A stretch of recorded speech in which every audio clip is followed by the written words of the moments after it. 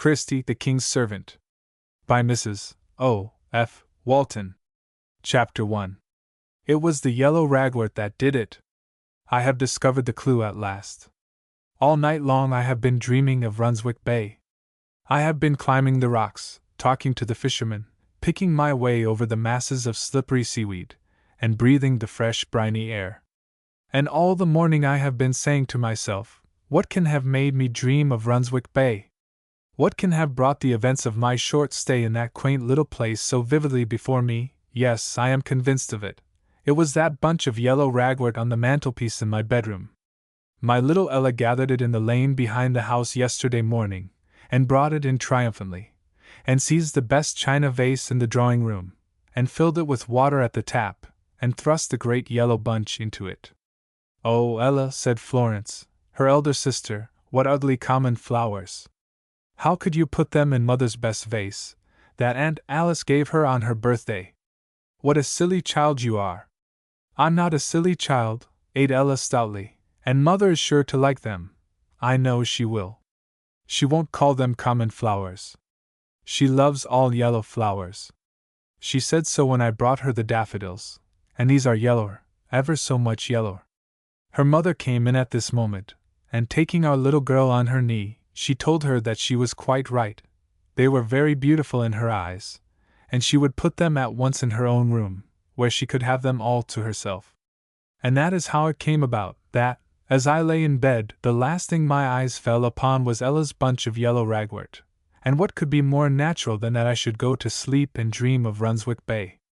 It seems only yesterday that I was there, so clearly can I recall it, and yet it must be 20 years ago. I think I must write an account of my visit to Runswick Bay and give it to Ella, as it was her yellow flowers which took me back to the picturesque little place. If she cannot understand all I tell her now, she will learn to do so as she grows older. I was a young man then, just beginning to make my way as an artist. It is slow work at first.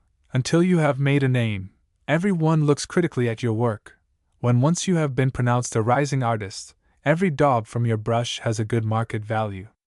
I had had much uphill work, but I loved my profession for its own sake, and I worked on patiently, and, at the time my story begins, several of my pictures had sold for fair prices, and I was not without hope that I might soon find a place in the Academy. It was an unusually hot summer, and London was emptying fast. Every one who could afford it was going either to the moors or to the sea, and I felt very much inclined to follow their example. My father and mother had died when I was quite a child, and the maiden aunt who had brought me up had just passed away, and I had mourned her death very deeply, for she had been both father and mother to me. I felt that I needed change of scene, for I had been up for many nights with her during her last illness, and I had had my rest broken for so long that I found it very difficult to sleep, and in many ways I was far from well. My aunt had left all her little property to me, so that the means to leave London and to take a suitable holiday were not wanting. The question was, where should I go? I was anxious to combine, if possible, pleasure and business, that is to say, I wished to choose some quiet place where I could get bracing air and thorough change of scene, and where I could also find studies for my new picture, which was, at least, so I fondly dreamed, to find a place in the Academy the following spring. It was whilst I was looking for a suitable spot that Tom Bernard, my great friend and confidant, found one for me. "Jack, old fellow," he said, thrusting a torn newspaper into my hand, "read that, old man?" The newspaper was doubled down tightly, and a great red cross of Tom's making showed me the part he wished me to read. "Well, what do you think of it?" said Tom. "It sounds just the thing," I said, "fresh air and plenty to paint. Shall you go?" "Yes, tomorrow," I replied, "the sooner the better." My bag was soon packed, my easel and painting materials were collected, and the very next morning I was on my way into Yorkshire. It was evening when I reached the end of my long, tiring railway journey, and when, hot and dusty, I alighted at a village which lay about 2 miles from my destination. I saw no sign of beauty as I walked from the station. The country was slightly undulating in parts, but as a rule nothing met my gaze but a long flat stretch of field after field, covered, as the case might be, with grass or corn. Harebells and pink campion grew on the banks, and the meadows were full of ox-eyed daisies, but I saw nothing besides that was in the least attractive, and certainly nothing of which I could make a picture. A family from York had come by the same train, and I had learned from their conversation that they had engaged lodgings for a month at Runswick Bay. The children, 2 boys of 10 and 12, and a little fair-haired girl a year or 2 younger, were full of excitement on their arrival. "Father, where is the sea?" they cried.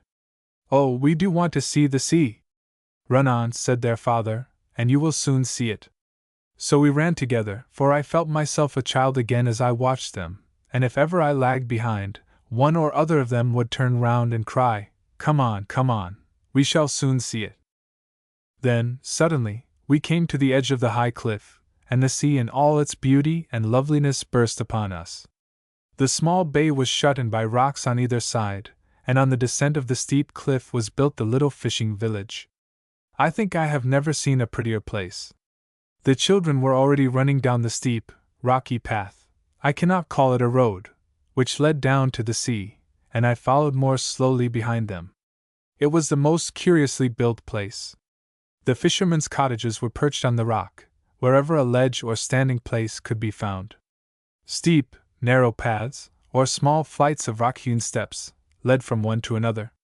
There was no street in the whole place. There could be none, for there were hardly 2 houses which stood on the same level. To take a walk through this quaint village was to go up and down stairs the whole time. At last, after a long, downward scramble, I found myself on the shore, and then I looked back at the cliff and at the irregular little town. I did not wonder that artists were to be found there. I had counted 4 as I came down the hill, perched on different platforms on the rock, and all hard at work at their easels. Yes, it was certainly a picturesque place, and I was glad that I had come. The coloring was charming. There was red rock in the background, here and there covered with grass, and ablaze with flowers. Wild roses and poppies, pink thrift and white daisies, all contributed to make the old rock gay. But the yellow ragwort was all over. Great patches of it grew even on the margin of the sand, and its bright flowers gave the whole place a golden coloring. There seemed to be yellow everywhere, and the red-tiled cottages, and the fishermen in their blue jerseys, and the countless flights of steps, all appeared to be framed in the brightest gilt. Yes, I felt sure I should find something to paint in Runswick Bay. I was not disappointed in Tom's choice for me. Chapter 2. After admiring the beauties of my new surroundings for some little time, I felt that I must begin to look for quarters. I was anxious, if possible, to find a lodging in one of the cottages, and then, after a good night's rest, I would carefully select a good subject for my picture.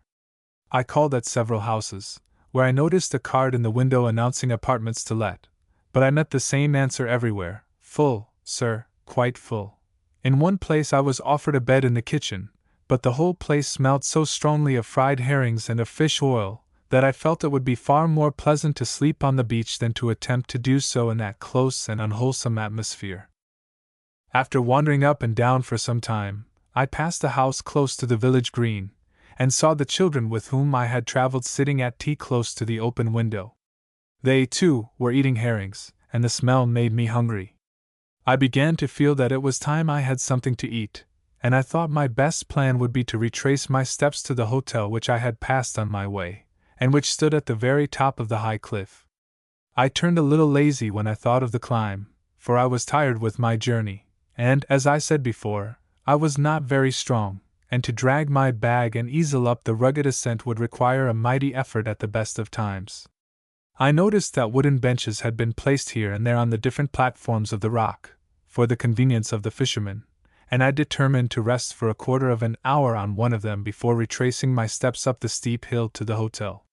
The fishermen were filling most of the seats, sitting side by side, row after row of them, talking together, and looking down at the beach below.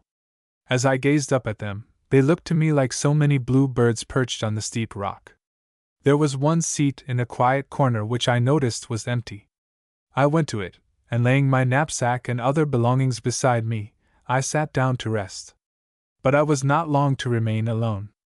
A minute afterwards a young fisherman, dressed like his mates in blue jersey and oilskin cap, planted himself on the other end of the seat which I had selected. "Good day, sir," he said. "What do you think of our bay?" "It's a pretty place, very pretty," I said. "I like it well enough now, but I dare say I shall like it better still tomorrow." "Better still tomorrow," he repeated. "Well, it is the better for knowing, in my opinion, sir, and I ought to know if any one should, for I've lived my lifetime here." I turned to look at him as he spoke, and I felt at once that I had come across one of nature's gentlemen. He was a fine specimen of an honest English fisherman, with dark eyes and hair, and with a sunny smile on his weather-beaten, sunburnt face. You had only to look at the man to feel sure that you could trust him, and that, like Nathaniel, there was no guile in him. "I wonder if you could help me," I said. "I want to find a room here if I can, but every place seems so full." "Yes, it is full, sir, in August. That's the main time here.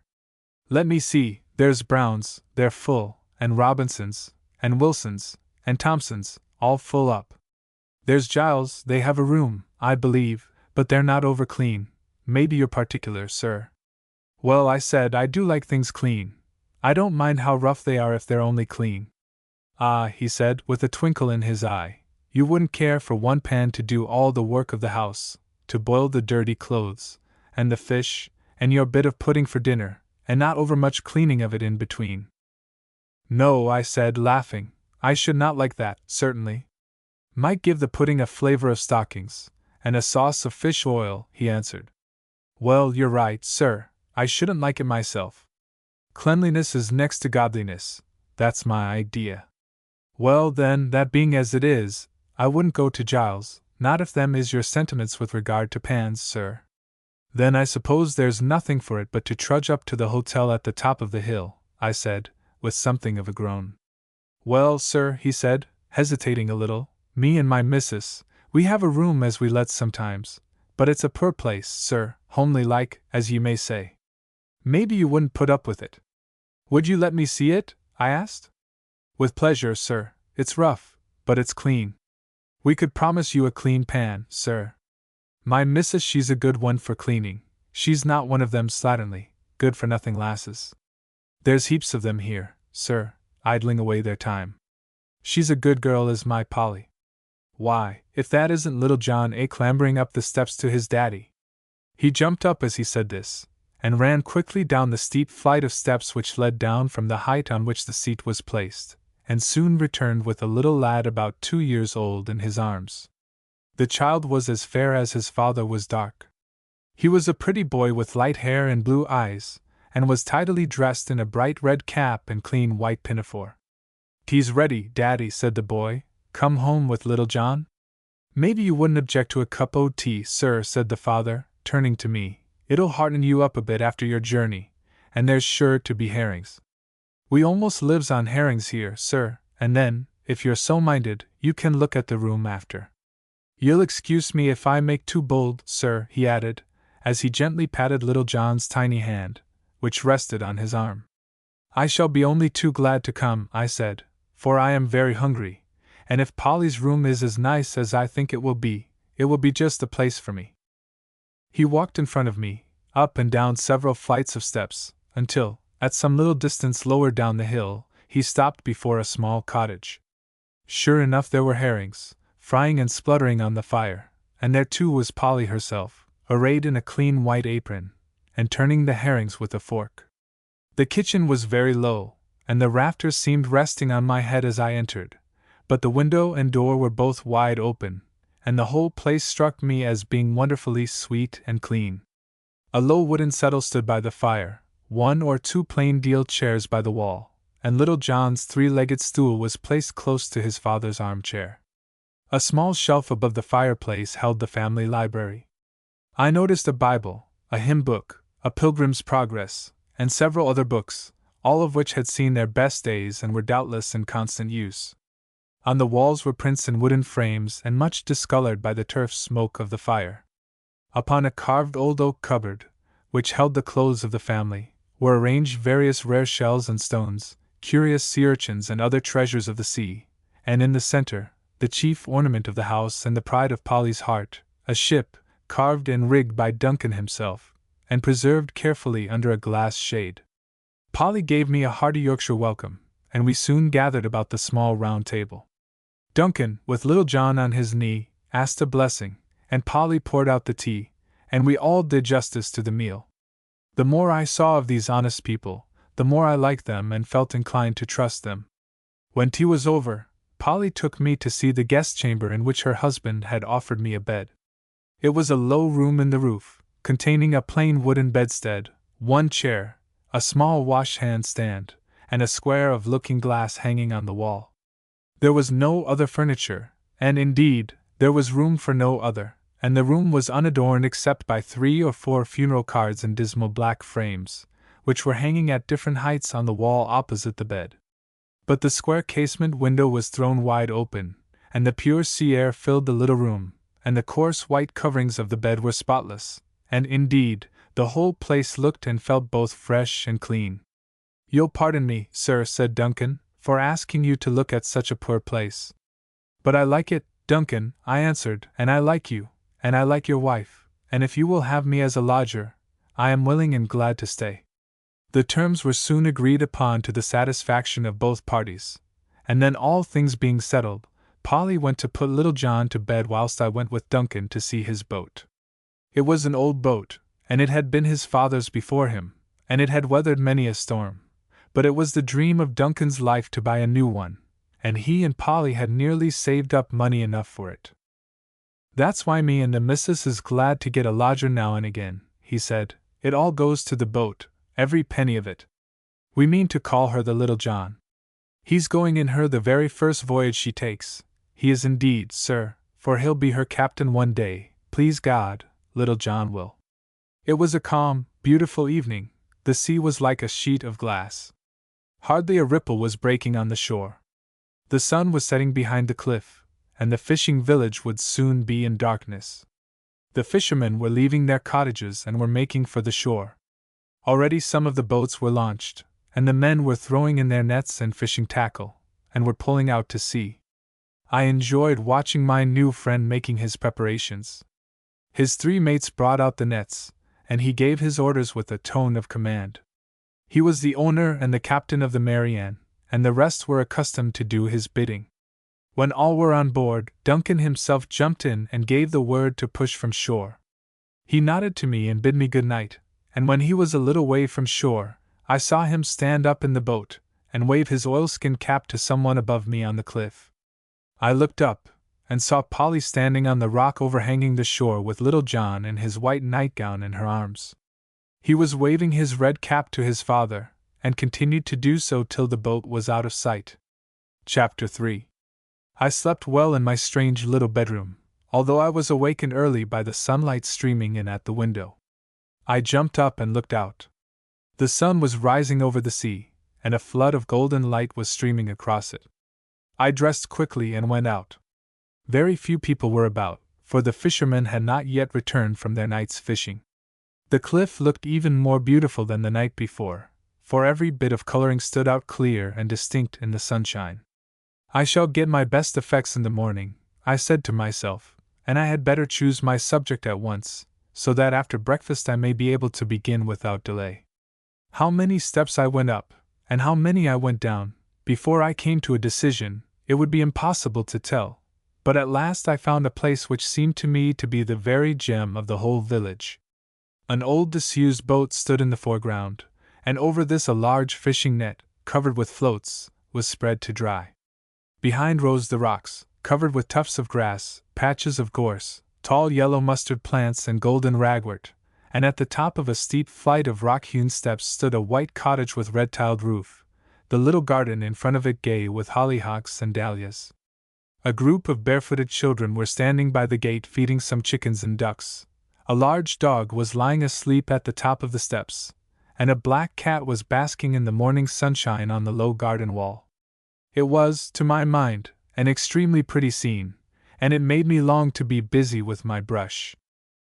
I hurried back to my lodging, and found Polly preparing my breakfast, whilst little John looked on. He was sitting in his nightgown, curled up in his father's armchair. "I'm Daddy," he called out to me as I came in. There was a little round table laid ready for me, and covered with a spotlessly clean cloth, and on it was a small black teapot, and a white and gold cup and saucer, upon which I saw the golden announcement, "A present from Whitby," whilst my plate was adorned with a remarkable picture of Whitby Abbey in a thunderstorm. There were herrings, of course, and Polly had made some hot cakes, the like of which are never seen outside Yorkshire. These were ready buttered, and were lying wrapped in a clean cloth in front of the fire. Polly made the tea as soon as I entered, and then retired with little John in her arms into the bedroom, whilst I sat down with a good appetite to my breakfast. I had not quite finished my meal when I heard a great shout from the shore. Women and children, lads and lasses, ran past the open door, crying, "The boats! The boats!"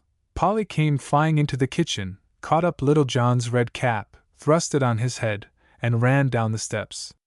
I left my breakfast unfinished, and followed them. It was a pretty sight.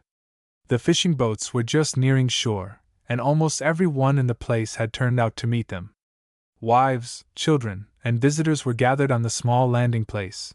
Most had dishes or plates in their hands, for the herrings could be bought straight from the boats. The family from York were there, and they greeted me as an old friend.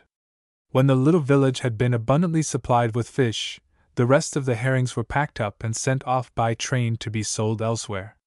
It was a pretty animated scene, and I wished I had brought my sketchbook with me. I thought the arrival of the fishing boats would make a splendid subject for a picture. Duncan was too busy even to see me till the fish were all landed, counted, and disposed of, but he had time for a word with little John, and as I was finishing my breakfast he came in with the child perched on his shoulder. "Good morning, sir," he said, "and how do you like our bay this morning?" My answer fully satisfied him, and whilst he sat down to his morning meal I went out to begin my work. It was a lovely day, and I thoroughly enjoyed the prospect before me. I found a shady place just under the wall of a house, where my picture would be in sunlight and I and my easel in shadow. I liked the spot I had chosen even better than I had done before breakfast, and I was soon hard at work. I had sketched in my picture, and was beginning to paint, when I became conscious of the sound of voices just over my head, and I soon became equally conscious that they were talking about me. "It's just like it," said one voice. "Look, do look! There's Betty Green's cottage, and Minnie the cat, and the seat, and the old boat." "Let me see, Marjorie," said another voice. "Is it the old one with white hair and a long, long beard?" "No, it's quite a young one. His hair's black, and he hasn't got a beard at all." "Let me look. Yes, I can see him. I like him much better than the old one. Hasn't he got nice red cheeks?" "Hush! He'll hear," said the other voice. "You naughty boy!" I believe he did hear. I saw him laugh. I jumped up at this, and looked up, but I could see nothing but a garden wall and a thick bushy tree, which was growing just inside it. "Hello, who's there?" I shouted. But there was dead silence, and as no one appeared, and nothing more happened, I sat down and went on with my picture. Many people passed by as I was painting, and tried to look at what I was doing. Some glanced out of the corners of their eyes as they walked on, others paused behind me and silently watched me, a few made remarks to one another about my picture, one or two offered suggestions, thought I should have had a better view lower down the hill, or hoped that I would make the coloring vivid enough. The children with whom I had traveled seemed to feel a kind of partnership in my picture. "Let's go and look at our artist," Bob would say to Harry. "His picture is going to be the best of the lot." They were so fond of watching me, and so much excited over what I was doing, that, as time went on, I was often obliged to ask them to move further away, so eager were they to watch every movement of my brush. I thoroughly enjoyed my morning's work, and went back very hungry, and quite ready for the comfortable little dinner which Polly had prepared for me. In the afternoon the light would be all wrong for my picture, but I determined to sketch in the foreground, and prepare for my next morning's work. I was very busy upon this, when suddenly I became conscious of music, if music it could be called. It was the most peculiar sound, and at first I could not find out from whence it came. It was evidently not caused by a wind instrument. I felt sure it was not a concertina or an accordion. This sound would go on for a minute or two, and then stop suddenly, only to begin again more loudly a few seconds later. At times I distinguished a few bars of a tune, then only disjointed notes followed. Could it be a child strumming idly on a harmonium? But no, it was not at all like an instrument of that kind. It was an annoying, worrying sound, and it went on for so long that I began to be vexed with it, and stamped my foot impatiently when, after a short interval, I heard it begin again. The sound seemed to come from behind the wall of the house near which I was sitting, and it was repeated from time to time during the whole of the afternoon. At length, as the afternoon went on, I began to distinguish what tunes were being attempted. I made out a bar or two of the old French Republican air, the Marseillaise, and then I was almost startled by what came next, for it was a tune I had known well since I was a very little child. It was Home, Sweet Home, and that was my mother's favorite tune. In fact, I never heard it without thinking of her. Many and many a time had she sung me to sleep with that tune. I had scarlet fever when I was 5 years old, and my mother had nursed me through it, and when I was weary and fretful she would sing to me, my pretty fair-haired mother. Even as I sat before my easel I could see her, as she sat at the foot of my bed, with the sunshine streaming upon her through the half-darkened window, and making her look, to my boyish imagination, like a beautiful angel. And I could hear her voice still, and the sweet tones in which she sang that very song to me, Home, Sweet Home, there's no place like home. I remembered one night especially, in which she knelt by my bed and prayed that she might meet her boy in the bright city, the sweet home above the sky which was the best and brightest home of all. I wonder what she would think of me now, I said to myself, and whether she ever will see me there. I very much doubt it. It seems to me that I am a long way off from home, sweet home now. My mother had died soon after that illness of mine, and I knew that she had gone to live in that beautiful home of which she had so often spoken to me. And I had been left behind, and my aunt, who had brought me up, had cared for none of these things, and I had learned to look at the world and at life from her worldly standpoint, and had forgotten to seek first the kingdom of God. Oh! If my mother only knew, my pretty, beautiful mother, I said to myself that day. And then there came the thought, perhaps she does know, and the thought made me very uncomfortable. I wished more than ever that that cracked old instrument, whatever it was, would stop.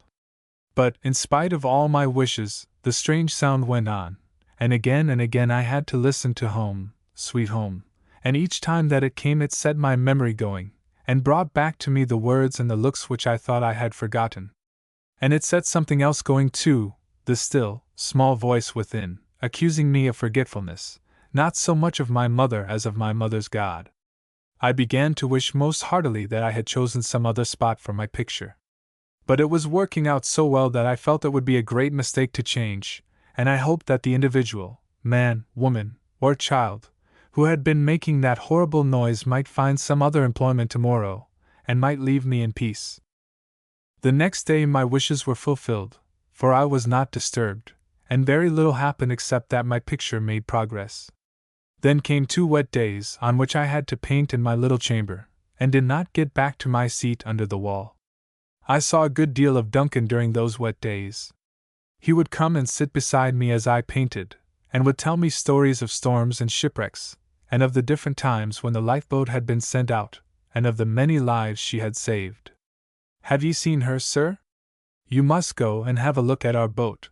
She lies in a house down by the shore, as trim and tight a little boat as you could wish to see anywhere.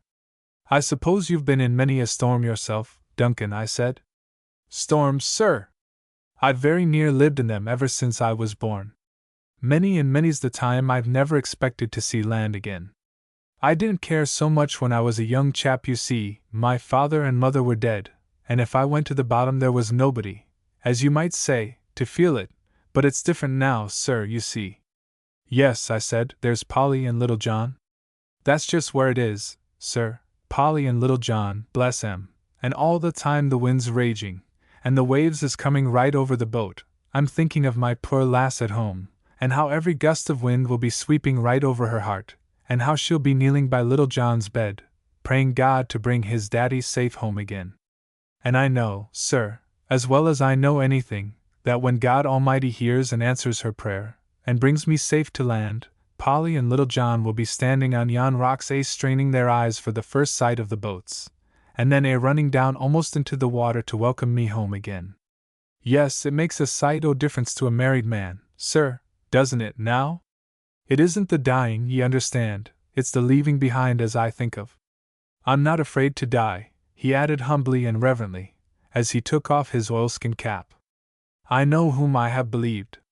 You're a plucky fellow, Duncan, I said, to talk of not being afraid to die.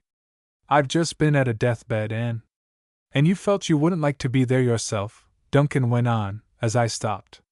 Well, maybe not, it comes natural to us, sir. We're born with that feeling, I often think, and we can no more help it than we can help any other thing we're born with. But what I mean to say is, I'm not afraid of what comes after death. It may be a dark tunnel, sir, but there's light at the far end. Chapter 4. On Saturday of that week the sun shone brightly, and I was up betimes, had an early breakfast, and set to work at my picture as soon as possible. I had not been painting long before I again heard voices above me, the same childish voices that I had heard before. You give it to him, said one voice. No, Marjorie, I daren't, you take it. You ought not to be afraid, because you're a boy, said the first speaker. Father says boys ought always to be brave. But you're big, Marjorie, and big people ought to be braver than little people. There was a long, whispered conversation after this, and I could not distinguish the words which were spoken.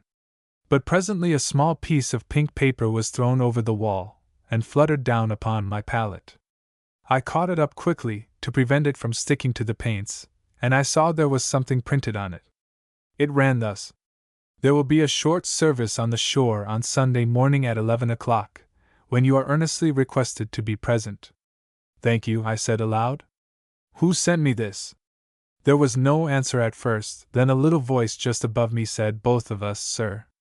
Come down and talk to me, I said. I can't talk to children whom I can't see. Come out here and look at my picture. They came out presently hand in hand, a little girl of 5 in a blue tam o' shanter cap, a pale pink frock, and a white pinafore, and a boy of 3, the merriest, most sturdy little fellow I thought I had ever seen. His face was as round and rosy as an apple, his eyes were dark blue, and had the happiest and most roguish expression that it would be possible for eyes to have. When the child laughed, and whenever was he not laughing, every part of his face laughed together. His eyes began it, his lips followed suit, even his nose was pressed into the service. If a sunbeam could be caught and dressed up like a little boy, I think it would look something like that child. Now, I said, that's right. I like to see children's faces when I talk to them. Tell me your names to begin with. I'm Marjorie, sir, said the little girl, and he's Jack. Jack, I said, that's my name, and a nice name too, isn't it, little Jack? Come and look at my picture, little Jack, and see if you think big Jack knows how to paint. By degrees they grew more at their ease, and chatted freely with me. Marjorie told me that her father had sent the paper. Father was going to preach on Sunday. He preached every Sunday, and numbers of people came, and Jack was in the choir. What a dear little chorister, to be sure, a chubby little cherub if ever there was one. Shall you come, big Jack? He said, patting my hand with his strong, sturdy little fist. I don't know, I said. If it's a fine day, perhaps I shall want to get on with my picture. On Sunday? Said the child in a shocked voice. It's on Sunday Father preaches, and you couldn't paint on Sunday, could you? Well, I'll see, I said. Perhaps I'll come and hear you sing, little Jack. Thank you, big Jack, he said, with a merry twinkle in his pretty blue eyes. What is this preaching on the shore, Duncan? I asked. Oh, it's our late preacher, he said. He's a good man, and has done a sight of good in this place. You see, it's too far for folks here to go to church, and so he lives amongst us, and has meetings in the hall yonder in winter, and in summer, why, we have them on the shore, and the visitors comes mostly. There's a few won't come, but we get the best of them, and we have some fine singing, real nice it is. I'm in the choir myself, sir, he said. You wouldn't think it, but I am. I've got a good strong voice, too. It must be a choir worth seeing, I thought, if it contained two such strange contrasts, the big burly fisherman and the tiny child who had invited me to be present. I had not quite made up my mind to go. I had not been to a service for many months, I might almost say years. I had slipped out of it lately, and I thought I should feel myself a fish out of water. However, when the next day came, every one seemed to take it as a matter of course that I should be going. Polly was up early, and had dressed little John in his best. "You'll see him at church, sir," she said, as she laid my breakfast. "He always likes to go to church, and he's as good as gold, bless him."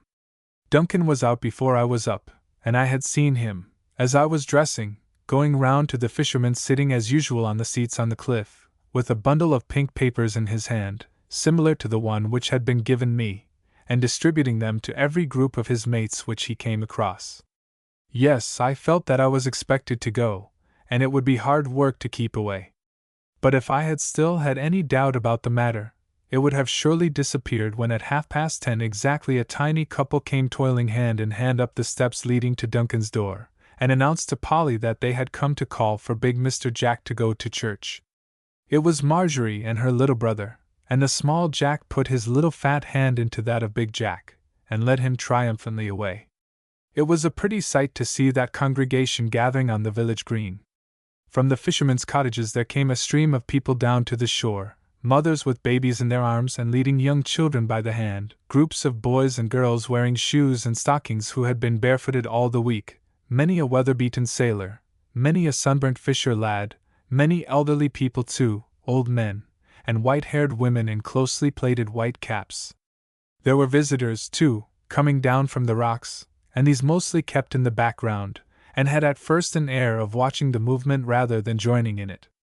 My York friends were, however, well to the front, and the children nodded to me, and smiled at one another as they saw me led like a lamb to the service by my two small guardians. It was a lovely day, and the sandy ground was dry, and the congregation sat on the rough coarse grass or perched on the sand hillocks round. As for the old boat, it was occupied by the choir, and little Jack, having seen me safely to the spot, climbed into it, and stood proudly in the stern. He had a hymn book in his hand, which I knew he could not read, for he was holding it upside down, but he looked at it as long and as earnestly as if he could understand every word. Marjorie planted herself beside me, I suppose to watch me, in case I showed signs of running away before the service was over. Then just before 11, and when quite a large company of people had gathered on the green, her father arrived. He was a man of about 40, and his face gave me the impression that he had known trouble, and yet I fancied as I looked further at him that the trouble, whatever it was, had ended. He seemed to me like one who has come out of a sharp storm, and has anchored in a quiet haven. For whilst I noticed in his face the traces of heavy sorrow, still at the same time he looked happier and more peaceful than any of those who stood round him. In fact, it was the most restful face I had ever seen. He was not an educated man, nor was he what men call a gentleman, and yet there was a refinement about him which made one feel at once that he was no common man, and had no common history. His face was so interesting to me, that I am afraid I was gazing at him instead of finding the hymn he had given out, but I was recalled to my duty by his little daughter, who seized the hymn book she had given me at the beginning of the service, found the page for me, and pointed with her small finger to the place. It was a mission hymn, sung to a wild, irregular tune. I dare say I should have smiled if I had heard it anywhere else, but it was no laughing matter that morning. As I looked at the brown fishermen who had taken off their oilskin caps, as I glanced at the earnest face of the preacher, as I noticed how even children, like little Marjorie beside me, were singing with all their heart and soul the simple plaintive words, I felt strangely solemnized. Then came the prayer, and I felt as he prayed that one whom we could not see was standing amongst us.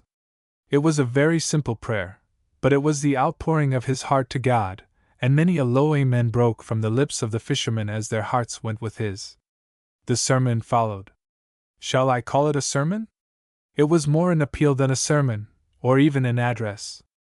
There was no attempt at style, there were no long words or stilted sentences.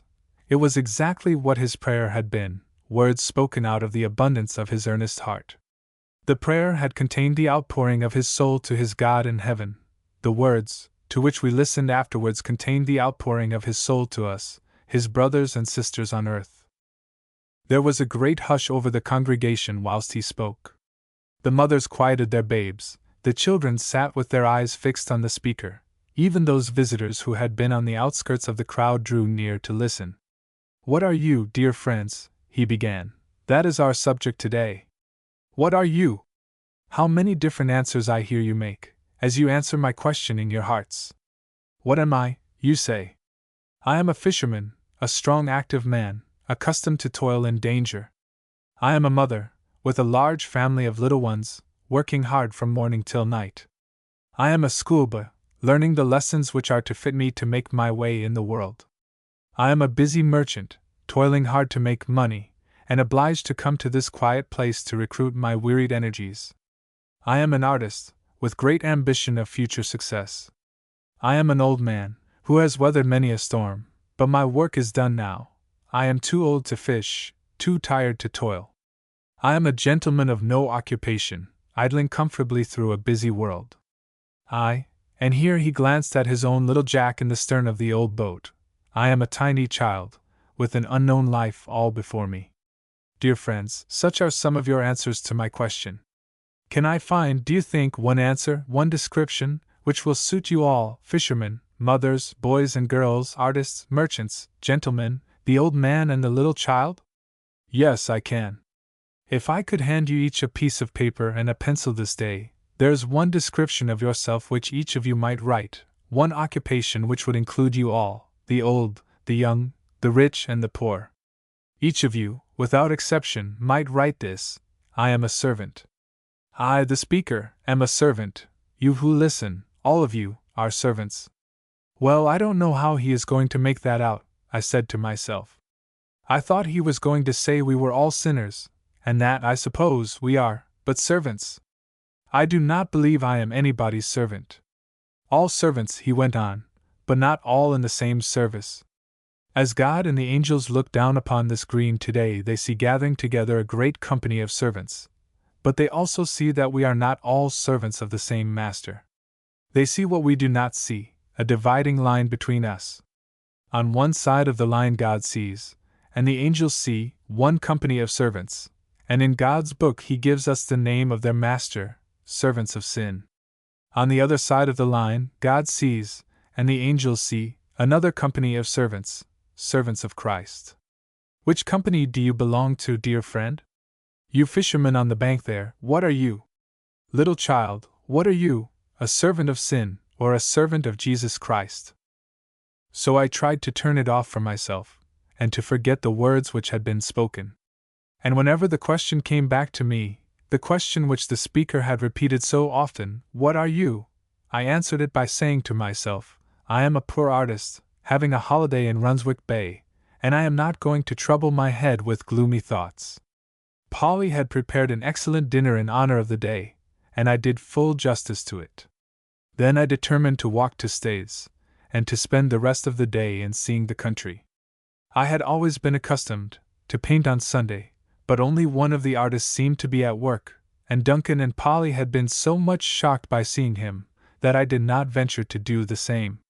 I enjoyed the walk along the cliffs, and came back in good spirits, having completely shaken off, as I imagined, the remembrance of the speaker's words. Chapter 5. I've got a big favor to ask of you, sir, said Duncan the next day. You'll not think I'm taking a liberty, will you? Certainly not, Duncan, I said. What do you want? Well, it's just here, sir, me and my mates, we get up some sports every year on the green. We have them in August, sir, just when the visitors are here. They all turn out to see them, and there's lots of them is very good in subscribing to the prizes. You see, sir, there is a many young fellows here, young chaps who must have something to keep them out of mischief. When they're not fishing, they're bound to be after the beer, if they haven't something to turn their minds and keep them going a bit. And these sports, why, they like 'em, sir, and a man must keep sober if he's to win a prize, you understand, sir? Yes, Duncan, I understand, I said. It's first rate for these young lads, and for the old lads too, for the matter of that. I suppose you want a subscription for your prizes? I added, as I handed him half a sovereign. Thank ye kindly, sir, I won't refuse it, and it's very good of you to help us so largely. But that isn't what I came to ask of you. "I hardly like to bother you, sir," he said doubtfully. "Never mind the bother, Duncan. Let's hear what you want." "Well, it's just here, sir. Could you, do you think, make for us some sort of a program to hang up by the post office there, for visitors to see? You draw them pictures so quick, sir, and—" "I see, Duncan, you want the program to be illustrated. I'm your man, I'll do it at once." I was really only too glad to oblige the dear, honest fellow. He was wonderfully pleased at my ready consent, and went off at once to procure a board upon which my program might be fastened. We soon made out together a list of attractions, and I had great pleasure in beautifying and illustrating the catalogue of sports. I headed it thus. Then, from the R of Runswick I hung a long fishing net, covered with floats, and falling down over a fish basket, and some lobster pots, whilst on the ground were lying a number of fish which had been emptied out of the basket. Next followed a list of patrons, such as the Honourable O Mackerel, Lord Crabby Lobster, Sir C. Shrimp, etc., etc. Then came a list of the various sports, each profusely illustrated: the tug of war, the jockey race, the women's egg and spoon race, the sack race, the greasy pole, the long jump, etc., and lastly, an announcement of a grand concert to be held in the evening, as a conclusion of the festivities of the day. Duncan was more than satisfied, he was delighted, and his gratitude knew no bounds. His excitement, as he carried the board away to hang it in a conspicuous place, was like the excitement of a child. The whole village seemed to be stirred as the eventful day drew near. "Are you going to see the great tug, big Mr. Jack?" my little friend called to me over the wall as I was painting. As for the York boys, Harry and Bob, they spent a great part of every day in admiring the program, and in bringing other visitors to see and admire the work of their artist. How anxiously Duncan watched the sky the day before the sports, and how triumphantly Polly announced, when I came down to breakfast, "A fine day, sir, couldn't be finer, could it now?" Those village sports were really a pretty sight. I see it all in my mind's eye now. I often wonder I have not made a picture of it. The high cliffs stretching overhead, and covered with bushes and bracken, amongst which nestled the red-tiled cottages. Then below the cliff the level green, covered with strong, hardy fishermen and their sunburnt wives, and surrounding the green, on the sand hills, the visitors old and young, dressed in bright colors and holiday attire. Is it too late to paint it from memory, I wonder? I see it all still so distinctly. The sports lasted a long time, and went off well. Polly distinguished herself by winning the egg and spoon race, much to the joy of little John, who watched all the proceedings from his father's arms. Then came the greatest event of all, the tug of war. A long cable was brought out and stretched across the green, and a pocket handkerchief was tied in the center of it. 2 stakes were then driven into the ground, and between these a line was chalked on the grass. The handkerchief was then placed exactly over the line. After this all the fishermen who entered the list were divided into 2 parties. Then each side laid hold of one end of the rope, and at a given signal they began to pull. It was a trial of strength. Whichever side could draw the handkerchief past the 2 stakes and over the line, that side would win. How tremendously those men pulled! What force they put into it! Yet for a long time the rope did not move a single inch. All the strength of those powerful fishermen was put out. They were lying on the ground, that their pull might be all the stronger. Every sinew, every nerve, every muscle seemed to be on the strain, but so evenly were the 2 sides matched, that the rope was motionless, and it seemed impossible to tell which party would win. Little John was eagerly watching his father. "Pull, Daddy, pull," I heard him cry, and I think I was nearly as pleased as he and Polly were when Duncan and the mates on his side suddenly made one mighty effort, and the handkerchief was drawn across the line. There was tremendous cheering after this. Polly clapped her hands with delight, and little Jack and big Jack nearly shouted themselves hoarse. It was an interesting sight, and I had reason to remember it afterwards, as you will see. The evening concert went off as well as the sports had done, and Duncan came in at night rather tired, but well satisfied with the day's proceedings. I enjoyed all the sights at Runswick Bay, but I think I was particularly charmed with what happened on the day after the sports. All the village was early astir, and as I was dressing, it seemed to me that every fisherman in the place was hurrying down to the beach.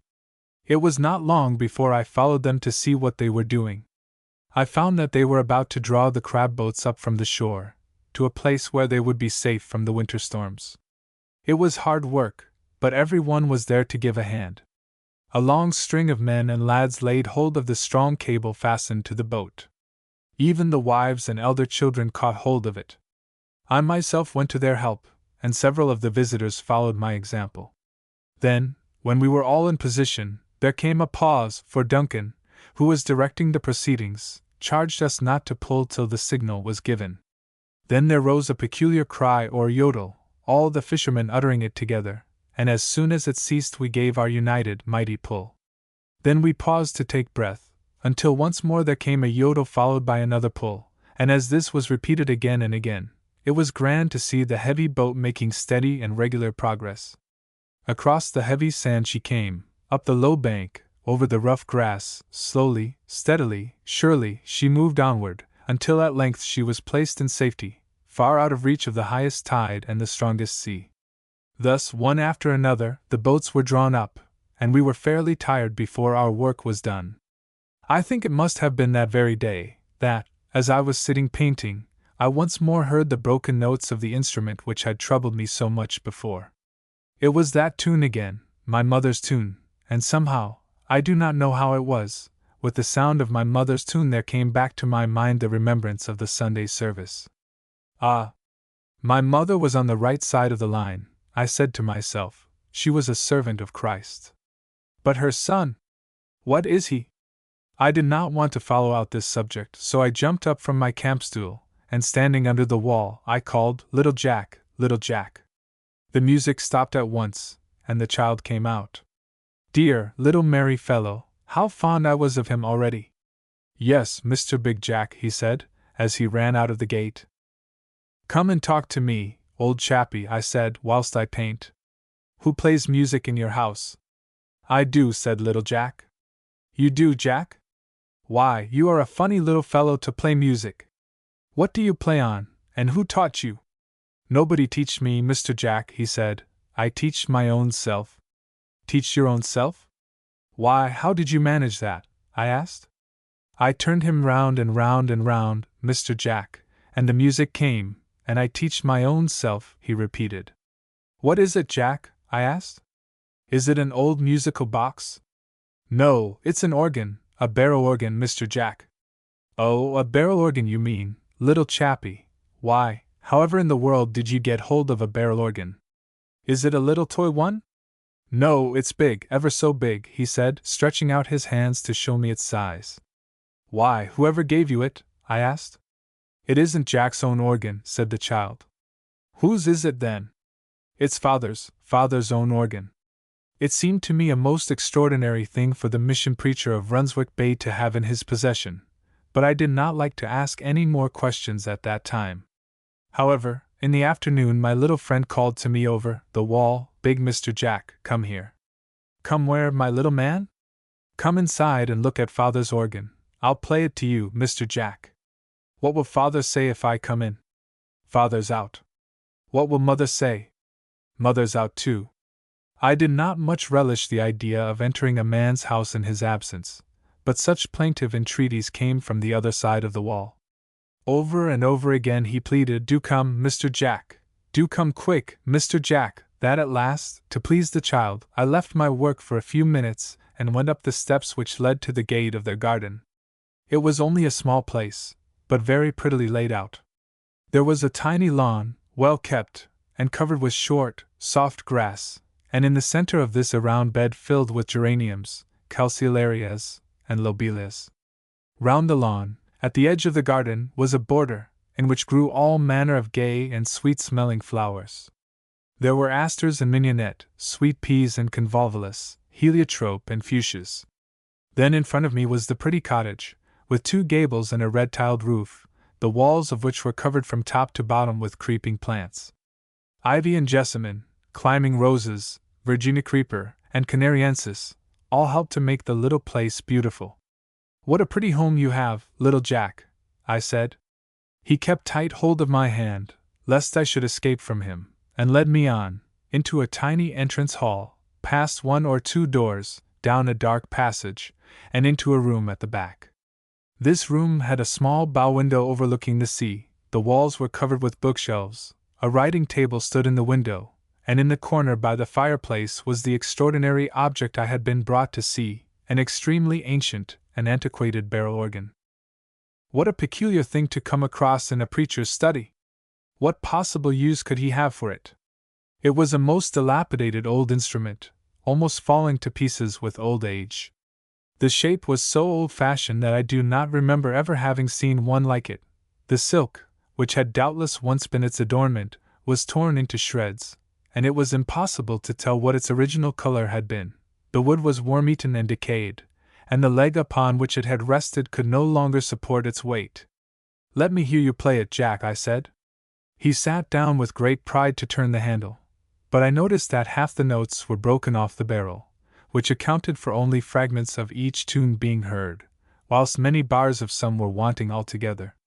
However, Jack seemed very proud of his performance, and insisted on my staying till he had gone through the whole of the 4 tunes which the poor old thing was supposed to play. He announced their names, one by one, as each began. "This is My Poor Marianne." Mr. Jack, very sad. Then when that was finished, "This is the Old Hundred, very old." After this there was a long turning of the handle without any sound being heard, for the first part of the next tune was gone entirely. "I can't say the name of this one, Mr. Jack," he explained. "Marjorie calls it something like Ma says." "Oh, the Marseillaise?" I said, laughing. "All right, little man, I know that. Then comes Father's tune. Father does like it so. Listen. Home, sweet home, there's no place like home, there's no place like home. Do you like it, Mr. Jack?" "Yes, I do like it, Jack," I said. "I knew it when I was a little chap like you." As he played, once more it brought before me my mother's voice and my mother's words.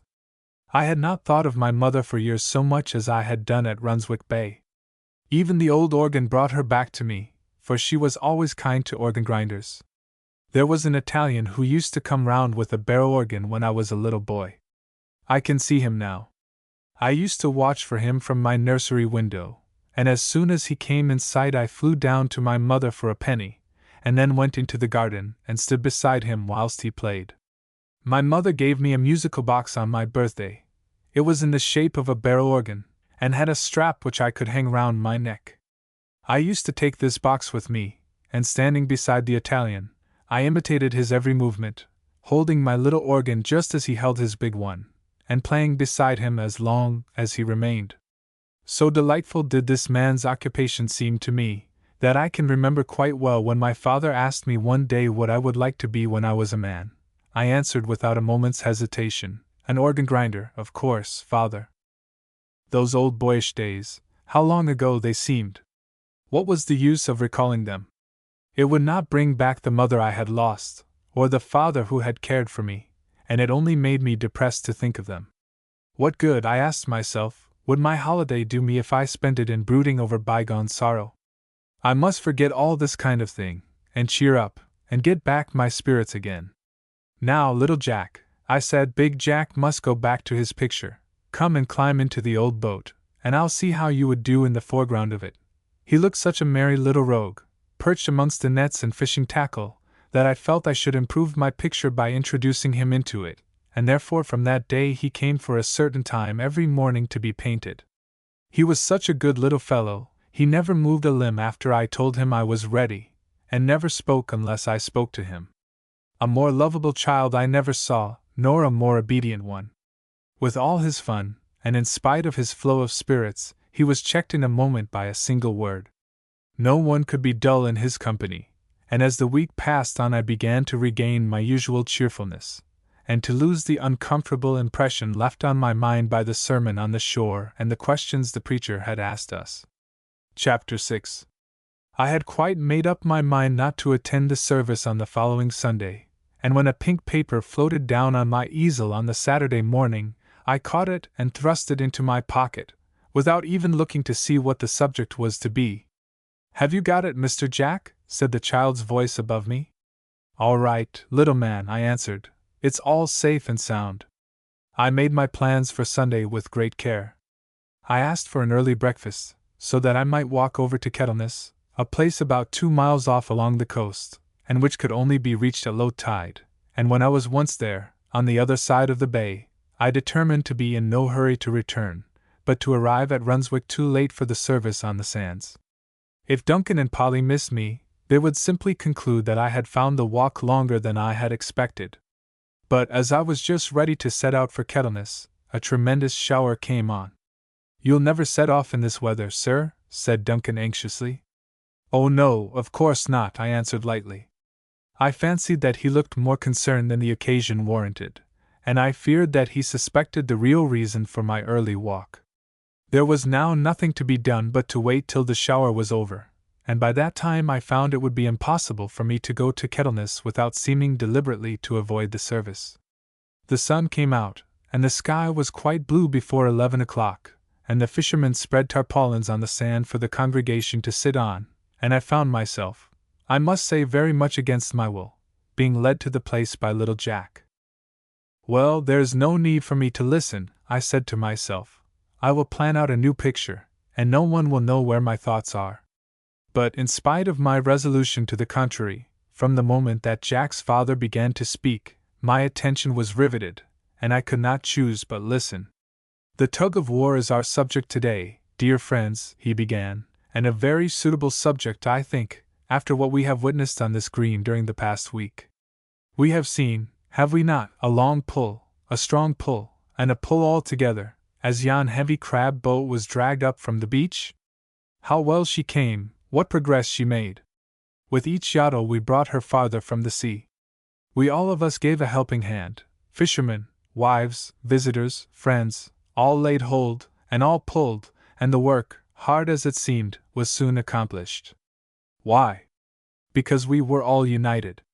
It was a long pull, a strong pull, and a pull all together. And now let me bring back to your memory another event during this past week. The place is the same, our village green, the same rope is used, and those who pull are the very same men, strong, brawny, powerful fishermen. Yes, you pulled your very hardest. If possible, you put forth more strength than when the crab boat was drawn up, and yet, strange to say, there was no result, the rope did not move an inch. What were you pulling? What was the mighty weight that you had to move? What was it that, for such a long time, baffled the strength of the strongest among you? The weight you could not move was not a heavy boat, but a light handkerchief. Why was there this difference? Why was the handkerchief harder to move than the boat? The answer to that question was to be found at the other end of the green. There were other pullers at the rope that day, pulling with all their might in an exactly opposite direction. It was not a united pull, and therefore for a long time there was no result, and we watched on, until at length one side was proved the strongest, and the handkerchief was drawn by them triumphantly across the line. Today, dear friends, I speak to you of yet another tug-of-war.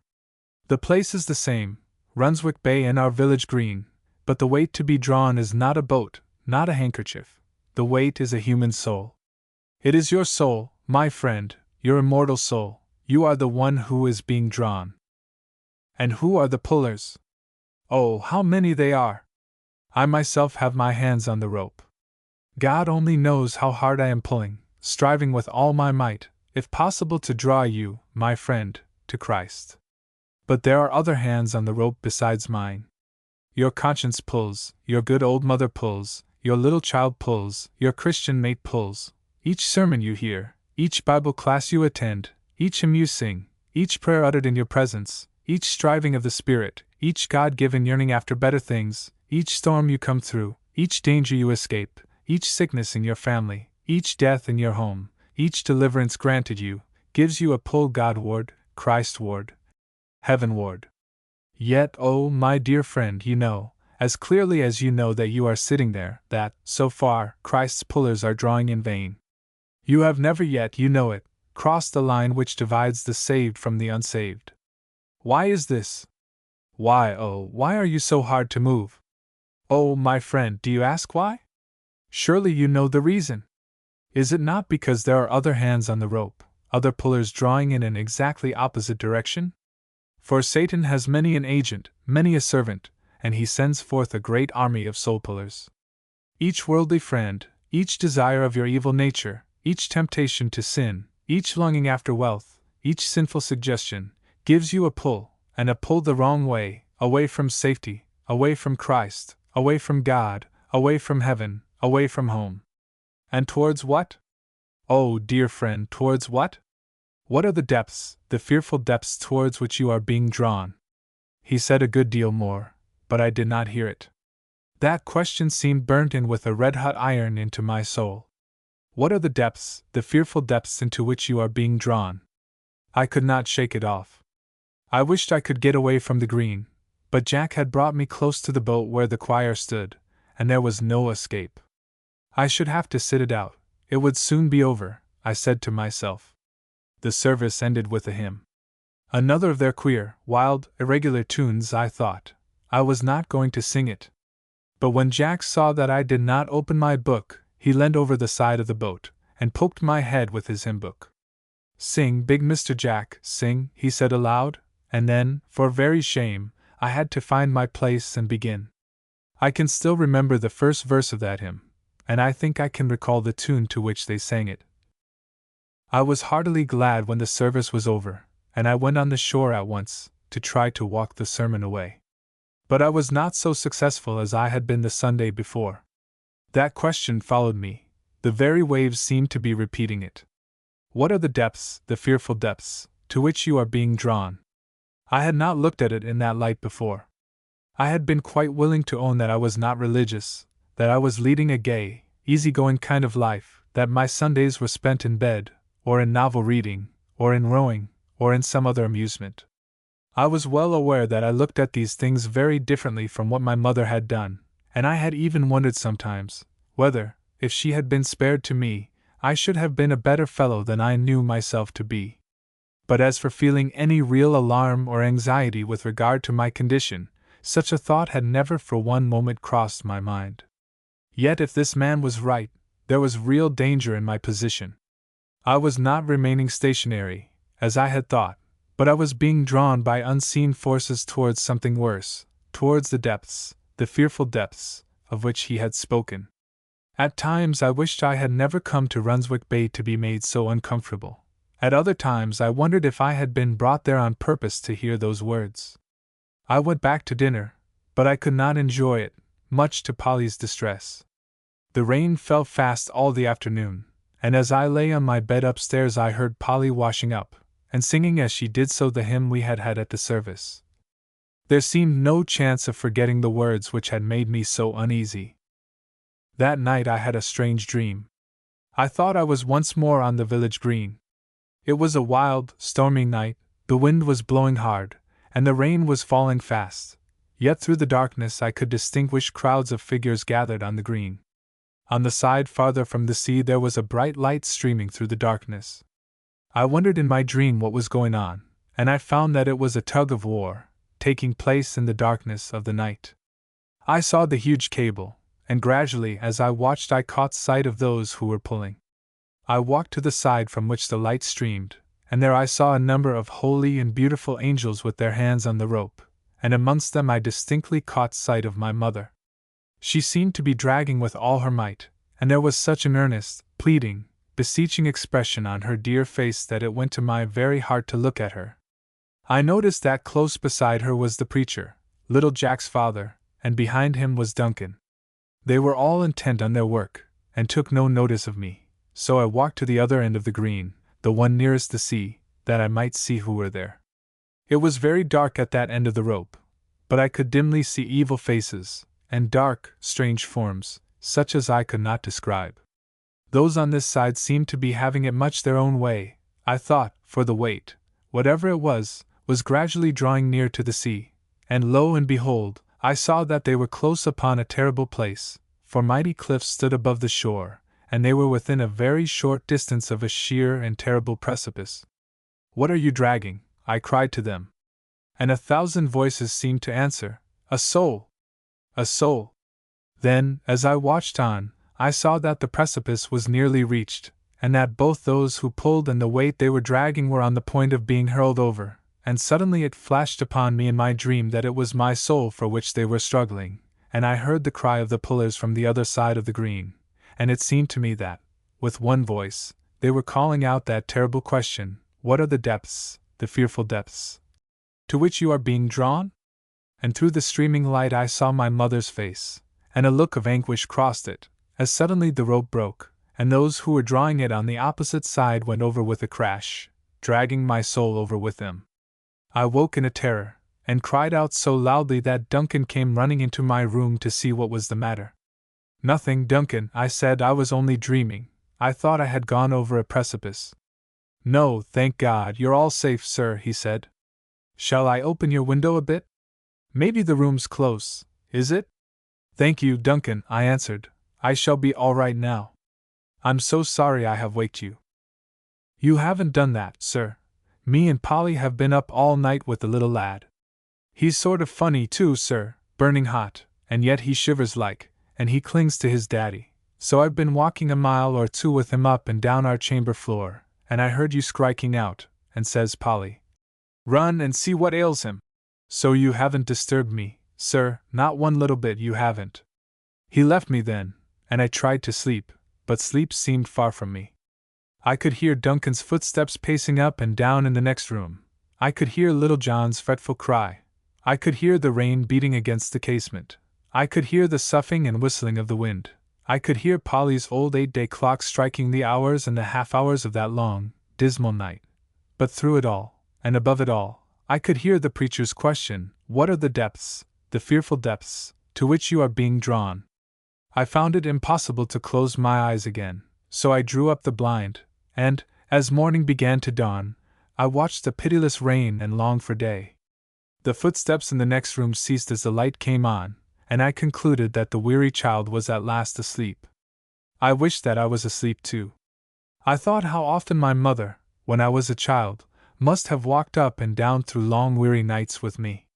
I wondered whether, as she did so, she spent the slow, tedious hours in praying for her boy, and then I wondered how she would have felt, and how she would have borne it, had she known that the child in her arms would grow up to manhood, living for this world and not for the Christ she loved. I wondered if she did know this now, in the far-off land where she dwelt with God. I think I must have dozed a little after this, for I was suddenly roused by Polly's cheery voice, cheery in spite of her bad night. "Have a cup of tea, sir, it'll do you good. You've not slept over well, Duncan says. I'll put it down by your door." I jumped out of bed and brought it in, feeling very grateful to Polly, and I drank it before I dressed. That's just like a Yorkshire woman, I thought. My mother came from Yorkshire. "I think it must have been nightmare I had last night, Polly," I said as I finished my breakfast, and began to put all in order for my morning's work. Chapter 7. I was at my painting early the next morning, for the sun was shining brightly, and the air was wonderfully clear. My portrait of little Jack sitting in the boat promised to be a great success. As I was hard at work upon it that day, I heard a voice behind me. "I never thought my little lad would figure in the Royal Academy," said the voice. It was the voice of Jack's father, the voice which had moved me so deeply, the voice which had made me tremble, only the day before. Even as he spoke, I felt inclined to run away, lest he should ask me again that terrible question which had been ringing in my ears ever since. Even as I talked to him about my picture, and even as he answered in pleasant and friendly tones, through them all and above them all came the words which were burnt in upon my memory, "What are the depths, the fearful depths, to which you are being drawn?" "I hope my children are not troublesome to you," he said. "Oh no," I answered, "I love to have them here, and Jack and I are great friends. Do you know," I went on, "he took me into your study the other day? I am afraid I was taking a great liberty, but the little man would hear of no refusal. He wanted me to see the old barrel organ." "What, my dear old organ?" he answered. "Yes, Jack is nearly as fond of it as his father is." "His father?" I replied, for it seemed strange to me that a man of his years should care for what appeared to me scarcely better than a broken toy. "That organ has a history," he said, as he noticed my surprise. "If you knew the history, you would not wonder that I love it. I owe all I am in this world, all I hope to be in the world to come, to that poor old organ. Some day, When you have time to listen, perhaps you may like to hear the story of the organ. Thank you, I said, the sooner the better. Then come and have supper with us tonight. Nellie will be very pleased to see you, and the bairns will be in bed, and we shall have plenty of time and quiet for storytelling. I accepted his invitation gratefully, for September had come, and the evenings were growing dark, and my time hung somewhat heavily on my hands.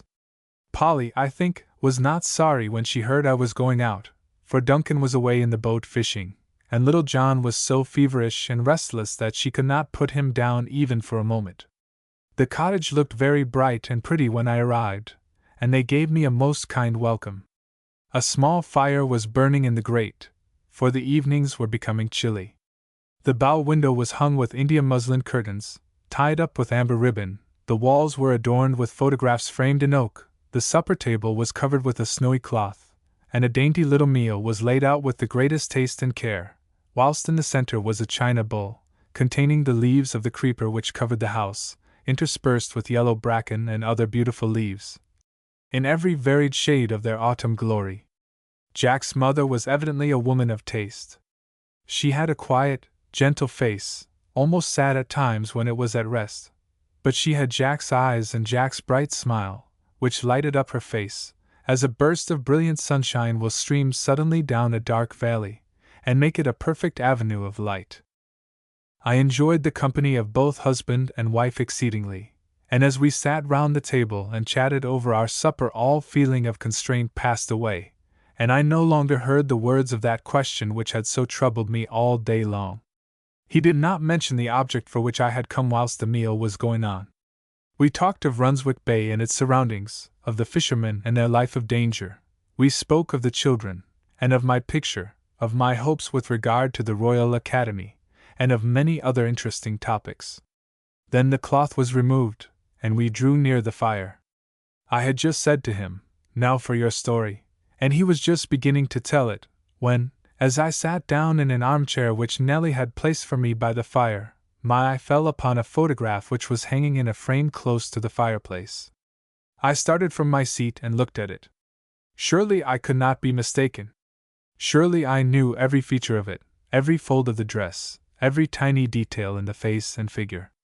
It was the counterpart of a picture which hung opposite my bed in my London home. "However on earth did you get that?" I cried. "Why, it's my mother's picture!"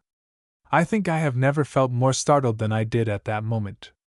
After all the thoughts of yesterday, after my dream of last night, after all my recollection of my mother's words to me, and her prayers for me, after all this, to see her dear eyes looking at me from the wall of the house of this unknown man, in this remote, out-of-the-world spot, almost frightened me. I did not realize at first that my host was almost as much startled as I was. "Your mother," he repeated, "your mother!" "Surely not. Do you mean to tell me," he said, laying his hand on my arm, "that your name is Villiers?" "Of course it is," I said, "Jack Villiers." "Nellie, Nellie," he cried, for she had gone upstairs to the children, "come down at once. Who do you think this is, Nellie? You will never guess. It is Jack Villiers, the little Jack you and I used to know so well." "Why, do you know," he said, "our own little Jack was named after you. He was indeed, and we haven't heard of you for years, never since your dear mother died." I was too much astonished at first to ask him any questions, and he was too much delighted to explain where and how he had known me, but after a time, when we had recovered ourselves a little, we drew our chairs round the fire, and he began his story. "I was a poor little street Arab once," he said, "a forlorn boy with no one to love him or to care for him. But I made friends with an old man in the attic of the lodging house who had a barrel organ." "That barrel organ?" I asked. "The very same," he said, "and he loved it as if it was a child. When he was too ill to take it out himself, I took it for him, and that was how I first saw your mother." "Was she married then?" I asked. "No," he said with a smile, "she was quite a little girl, about the age of our Marjorie. She used to run to her nursery window as soon as she heard me begin to play. I let her turn the organ one day, and she said she liked all the tunes, but she liked 'Home, Sweet Home' the best of all." "Did she?" I said. "Yes, I have often heard her sing it. She sang me to sleep with it many a time." As I played it, he went on, she would speak to me of the home, sweet home above. Child as she was, she knew the way to that home, and she soon found out that I knew nothing about it. You can't go to heaven if you don't love Jesus, organ boy, she said, and the tears ran down from her dear little eyes as she said it. I could not forget those words, and I was determined to find out the way to the home of which she spoke. My old master was dying. He had only another month to live, and for his sake I must learn quickly the way to be saved. I attended a mission service, and I learned first that no sin can enter the gates of the heavenly city. But I learned more. I learned that the blood of Jesus Christ, God's Son, cleanseth from all sin. Your mother taught me a prayer one day when I went to see her. I have said that prayer, morning and evening, ever since. She gave me a bunch of snowdrops, tied up with dark green leaves, and she told me to say as I looked at them, "Wash me, and I shall be whiter than snow." He stopped for a minute or two after this, and gazed into the fire. The memory of those old days had stirred him deeply. Please go on, I said, for I longed to hear more. She came to our attic after that with her mother.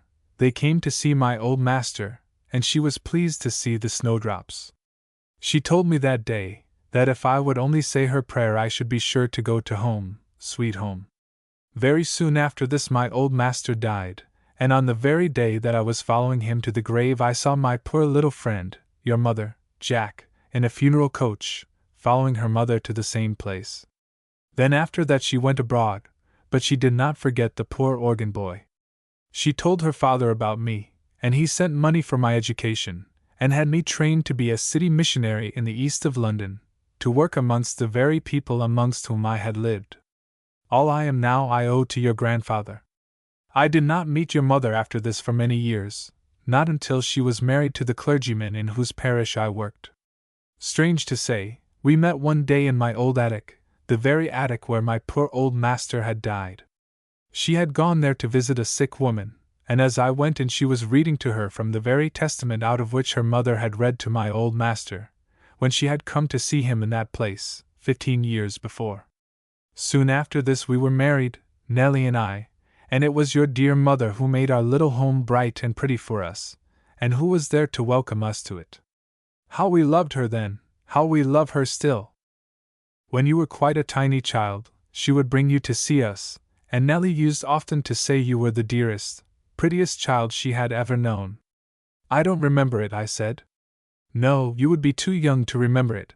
You were only 3 years old when your father left London for a parish in the country, and soon after came the news of his death, and only a year or so later we heard your mother was gone too. It was a sorrowful day, Jack, when that news came. We often wondered about you. We heard that you had gone to live with an aunt, but we did not even know her name. We tried to find out more, but we knew no one in the place where you lived, and we never heard what had become of you. How strange that I should have been brought here to meet you, I said. No, not strange, he said reverently, it is the hand of God. And then, I could not help it, I laid my head on my arm as I stood against the mantelpiece, and I sobbed like a child. He did not speak for some minutes, and then he put his arm round me as tenderly as my mother could have done, and said, What is it, Jack? Is it talking of your mother that has upset you so? No, I said, it isn't that. I love to talk of her. I love to hear of her. Everything she said is precious to me. It isn't that. What then? He said. What troubles you, Jack? It's the thought that I shall never see her again, I said. I know I shall not. She went one way and I am going another. Why not turn round and go her way, Jack? He said cheerily. Oh, I can't, I said. It's no use, I can't turn. There are too many hands on the wrong end of the rope. I've been miserable ever since I heard you talk of it. I could not sleep last night for thinking of it. What are the depths, the fearful depths, to which you are being drawn? Those words have never left me, night or day, since you uttered them. I have tried to shake them off, but I can't. Don't attempt to shake them off, he said. Oh, Jack, don't try to do it, for they are the voice of the Spirit of God. But listen tonight to the one who is calling you. Come over the line, it is only a step. Come over the line to me. I wish I could, I said. You can do it, and you must do it, Jack, he said firmly, before you leave this room. Before I leave this room? Yes, this very instant, he said. But how can I do it? I don't know how to cross, I said. You are no dead, lifeless weight on the rope, like a boat or a handkerchief. You have a will of your own, and it remains with you to decide which way you want to be drawn, Godward, Christward, heavenward, or to the fearful depths of which I spoke. God is drawing you very strongly now, but He never forces a man against his will. He puts in your hands the power to decide on which side of the line you will be. Which is it to be, Jack? Well, I said, I will think it over. So many have said, and their desire to cross the line has cooled down, and they have been lost. I'll come and have a talk with you another day, later on in the week, if we can make it convenient. So Felix said, When I have a more convenient season I will send for thee. But Felix never did send. He never crossed the line, but he was drawn over to the fearful depths. Well, suppose we say tomorrow. It's late now, and you're tired, I know, and God says today, he said. Today, if you will hear His voice, harden not your hearts. Behold, now is the accepted time, now is the day of salvation. Tell me how I can come, I said. Come over the line to me. There you have it, he answered. The Lord calls you, and you have not far to go. It is only a step. He stands in this room close to you. He holds out His arms to you.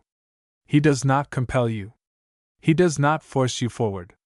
He calls, and He waits to receive you. Jack, will you come? Yes, I will, I said earnestly. I will come. We knelt down together, and I cannot remember the words he said, but I know that whenever I read in the Gospels those words in the first chapter of St. John, He brought him to Jesus, I think of that night. I do not think that Peter and Andrew felt the Lord Jesus more near them in the booth by the side of the Jordan than we felt Him in that little room in Runswick Bay. I know He was there, and I know something more. I know that I came to Him.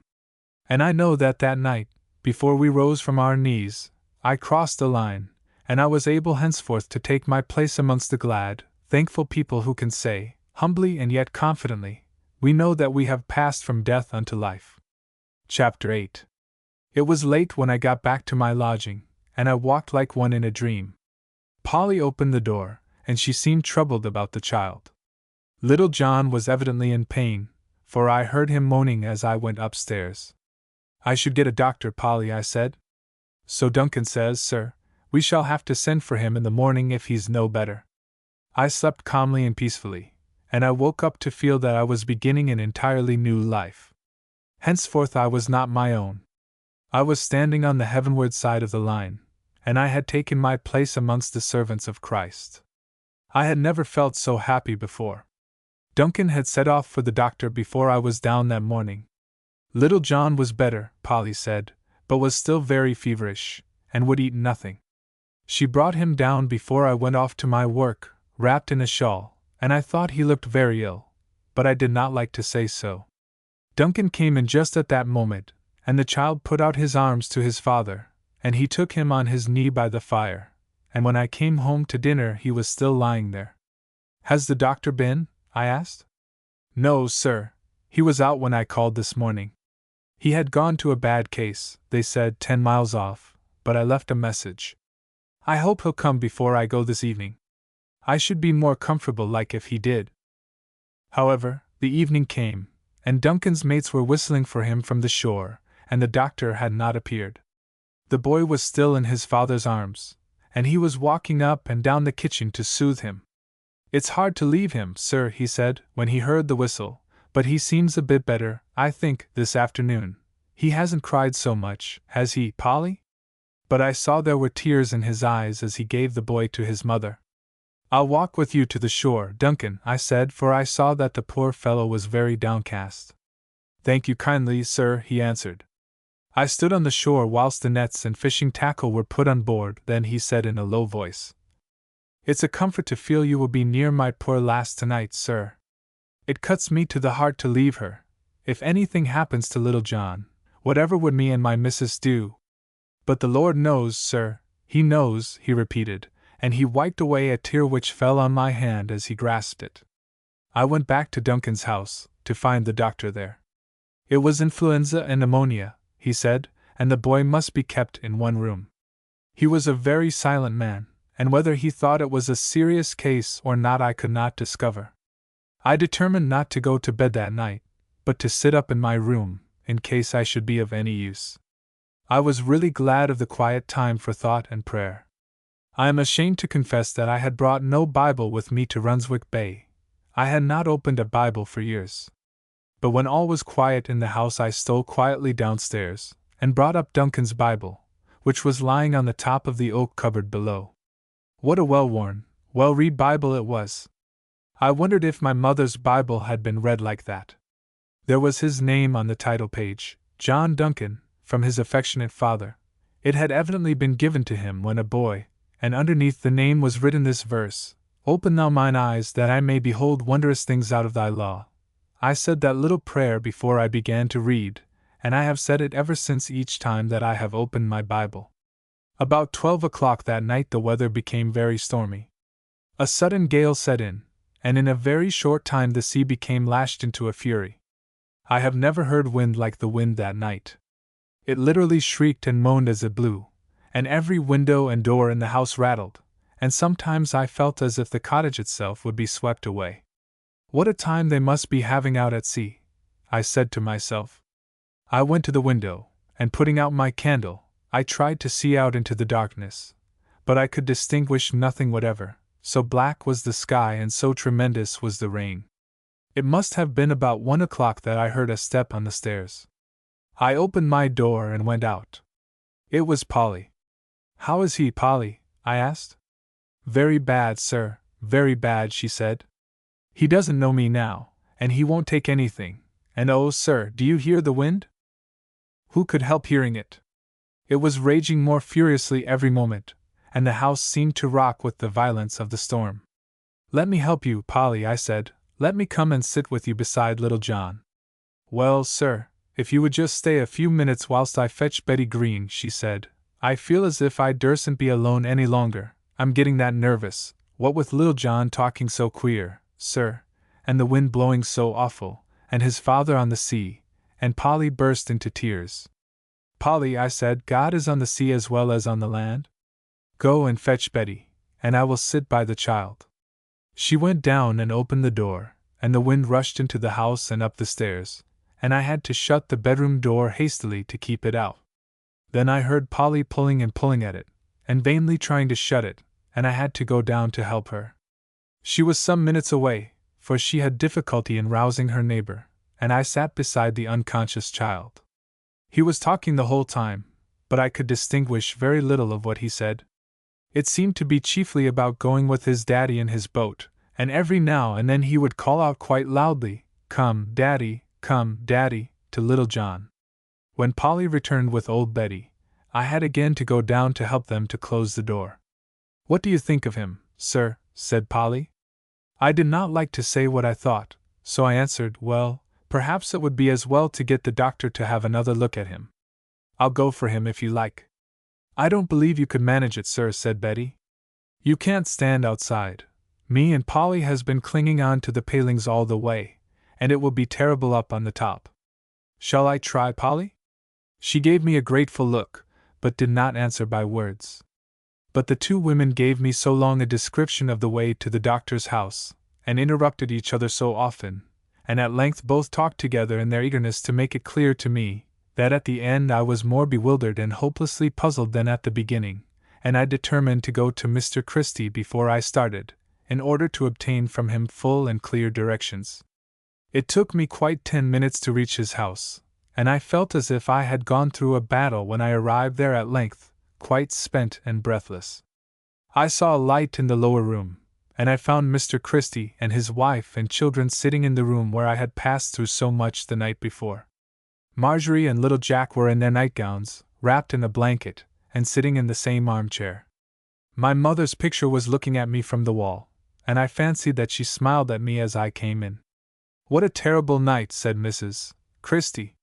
"The children were so frightened by the noise of the wind in their attic that we brought them down here." I told them my errand, and Mr. Christie at once offered to go with me for the doctor. I shall never forget that walk as long as I live. We could not speak to each other more than a few necessary words. we were simply fighting with the storm. Then, to our disappointment, when our long walk was ended, we found that the doctor was away, and would probably not return until morning. The walk home was, if possible, worse than the walk there, for the wind was dead against us as we came down the cliff. It had changed somewhat the last hour, and was now blowing from the northeast. There will be trouble out at sea, Mr. Christie said, as we stopped to take breath. And what about the boats? I asked. Yes, he said, almost with a groan, what about the boats? We could see very little out at sea, though it was beginning to grow light, but we determined to make our way to the shore, to see all that it was possible to distinguish. He went home for a moment, and then followed me to my lodging. Polly and her old friend were still watching the child. I think he's a little better, sir, she said. He's quieter. Oh, Mr. Christie, I am glad to see you, sir. Will you pray, sir? I think I shall hear the wind less if you pray. We knelt down beside the child's bed, but the noise of the storm almost drowned his voice.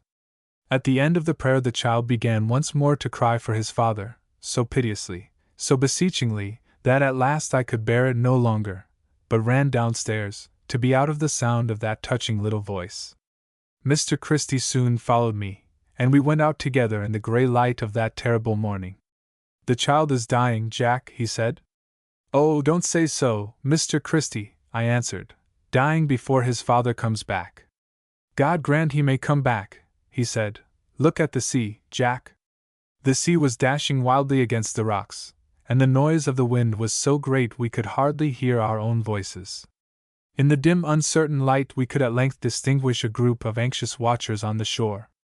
Some old fishermen were there trying to hold a telescope steady in the gale, that they might look across the water for any sign of a boat, and mothers and wives and sweethearts of the absent fishermen were there also, with shawls tied over their heads, and with troubled and tear-stained faces, peering out into the dismal light of that sorrowful morning.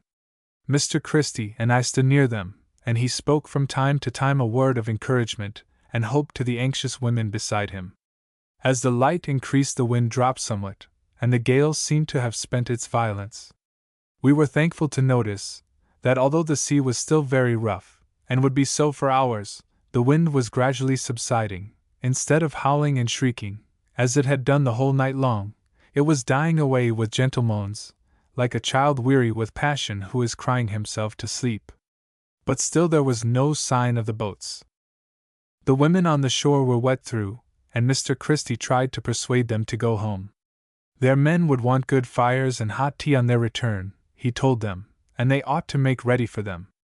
I was glad to notice that one by one they followed his advice, and turned to climb the hill towards their cottages. Then we turned also, and went back to my lodging. We crept into the room, and found old Betty asleep in her chair, and Polly holding the little hand in hers as the child slept. Have the boats come, sir? She said as we went in. Not yet, Polly, but please God they will come soon. We sat down beside her for a little time, but we presently heard a shout from the shore. Thank God, said Polly, he's come. The child seemed in some strange way to have heard that shout, and to have understood its meaning, for he opened his eyes and said, Come, Daddy, come to little John. We hurried down to the shore, where a large crowd had already collected. The whole of Runswick Bay seemed to have gathered together in that short space of time. We could distinctly see the boats far out at sea, but wind and tide were with them, and they were coming rapidly nearer. What a night they must have had, and what a welcome they would receive from the watchers on the shore. How many boats went out last night, Bob? Said one man as they drew nearer. There was 8, Jem, he said, the Jane and 1, Lady Hilda 2, the Susan 3, the Marian 4, Princess Alice 5, the Lightning 6, the Eliza 7, the Alert 8. Are you sure, Bob? Quite sure, I saw them start. Well, there's one missing, Jem, he said. Catch hold of this glass, and just you count. 1, 2, 3, 4, 5, 6, 7. There was one missing, and I felt that I knew which it was before they came in sight. It was the Mary Ann.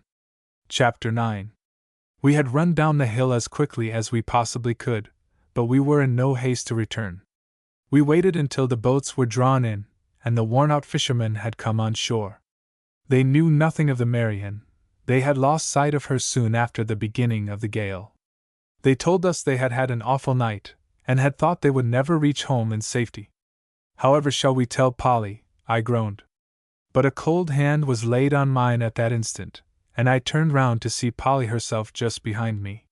She could wait no longer, but had run down to the shore to hasten her husband up the hill. She was trembling from head to foot, and seemed ready to faint. The kind-hearted fisherman crowded round her with words of cheer and comfort. "He'll be all right, my lass, never fear. He's put into Saltburn or Staithes maybe. These gales they drive so far. He'll be home all safe and sound afore night." But Polly did not seem to hear them. She stretched out her hands feebly to Mr. Christie and to me as she said, "Take me home.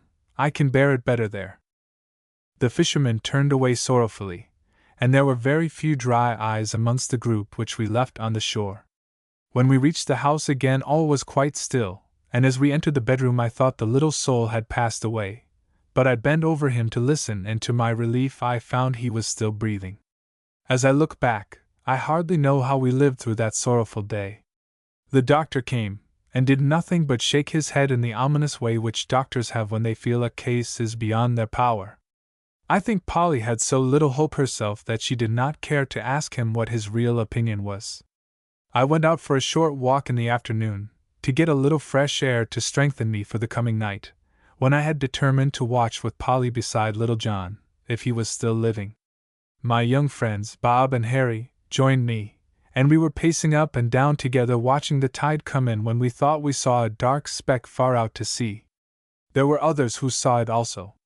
The Coast Guard was looking at it through his telescope, and before very long the shore was covered with fishermen and their wives, all gazing in the same direction.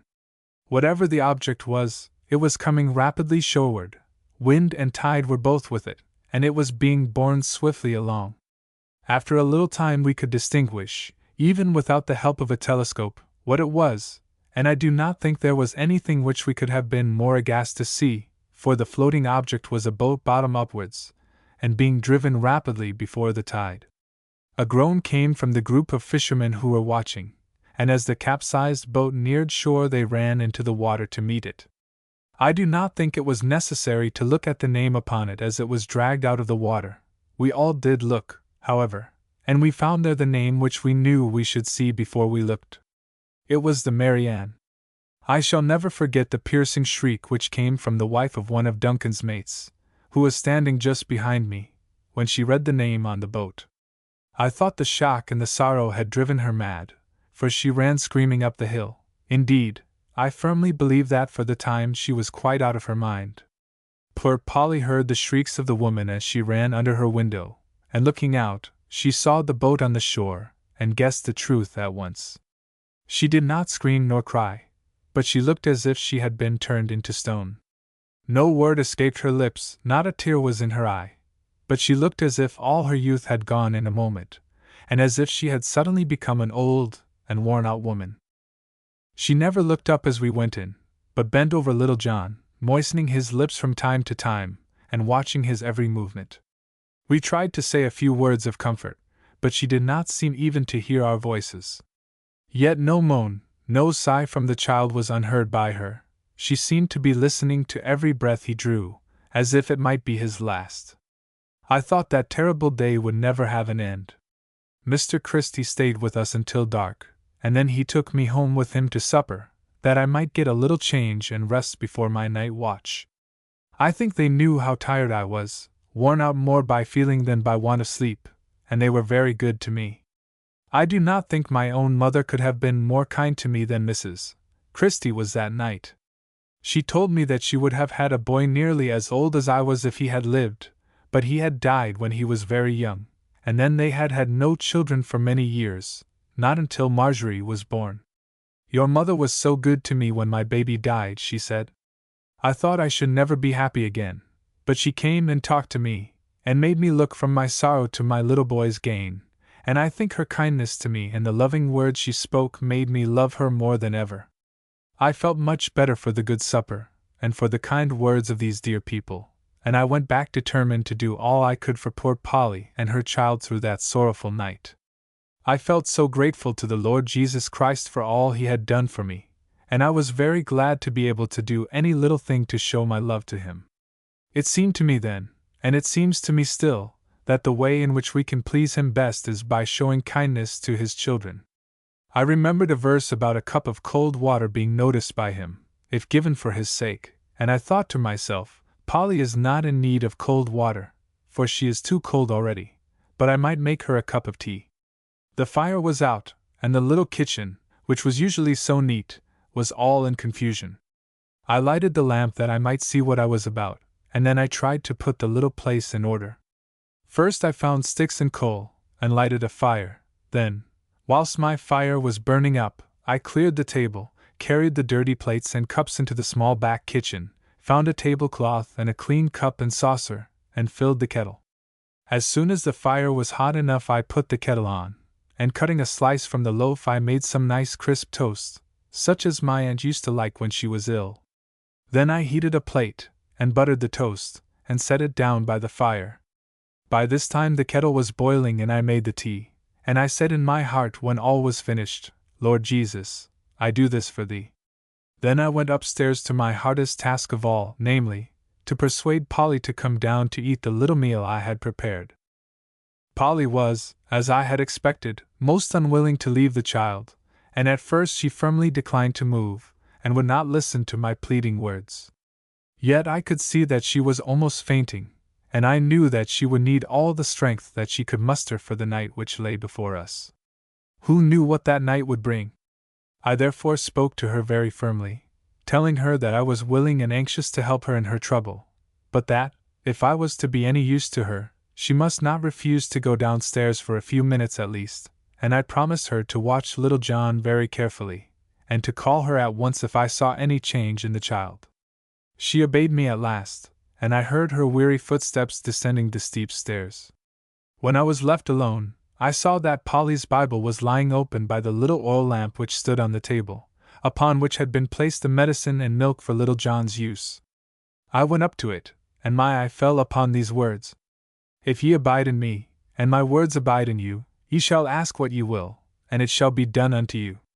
It seemed to me as if that verse was God's direct message to me that night. I saw it as clearly and distinctly as if the page had been lighted with electric light. 2 conditions and a promise, I said to myself. If only the conditions are fulfilled, the promise is sure. What are the 2 conditions? 1. If ye abide in me. I asked myself if I was fulfilling that condition. I humbly hoped I was, for, I long to be in Christ, saved by Him, more than I long for anything else in this world. 2. If my words abide in you. Was I fulfilling the second condition?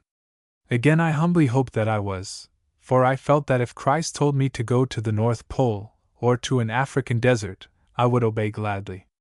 I would go anywhere, I would do anything, to show Him how grateful I was for His love to me. Then might I claim the promise? I believed that I might. I laid Polly's Bible on the bed. I knelt down beside little John. I put my finger on the promise, and I prayed, as I had never prayed before, for help in this time of need. I felt very strongly that all power was in the hands of Christ, and that He who healed the sick on earth had lost none of His power, now that He was exalted to the throne of God. I besought Him to come into that room that very night, and to touch and heal little John. And as I rose from my knees I felt that my prayer was heard. Polly had not returned, so I went to the top of the stairs and listened, and I heard the sound of sobbing. I was thankful to hear it. The tears had come at last, and they would relieve the poor, weary, overstrained heart. Little John was very quiet, so I crept downstairs.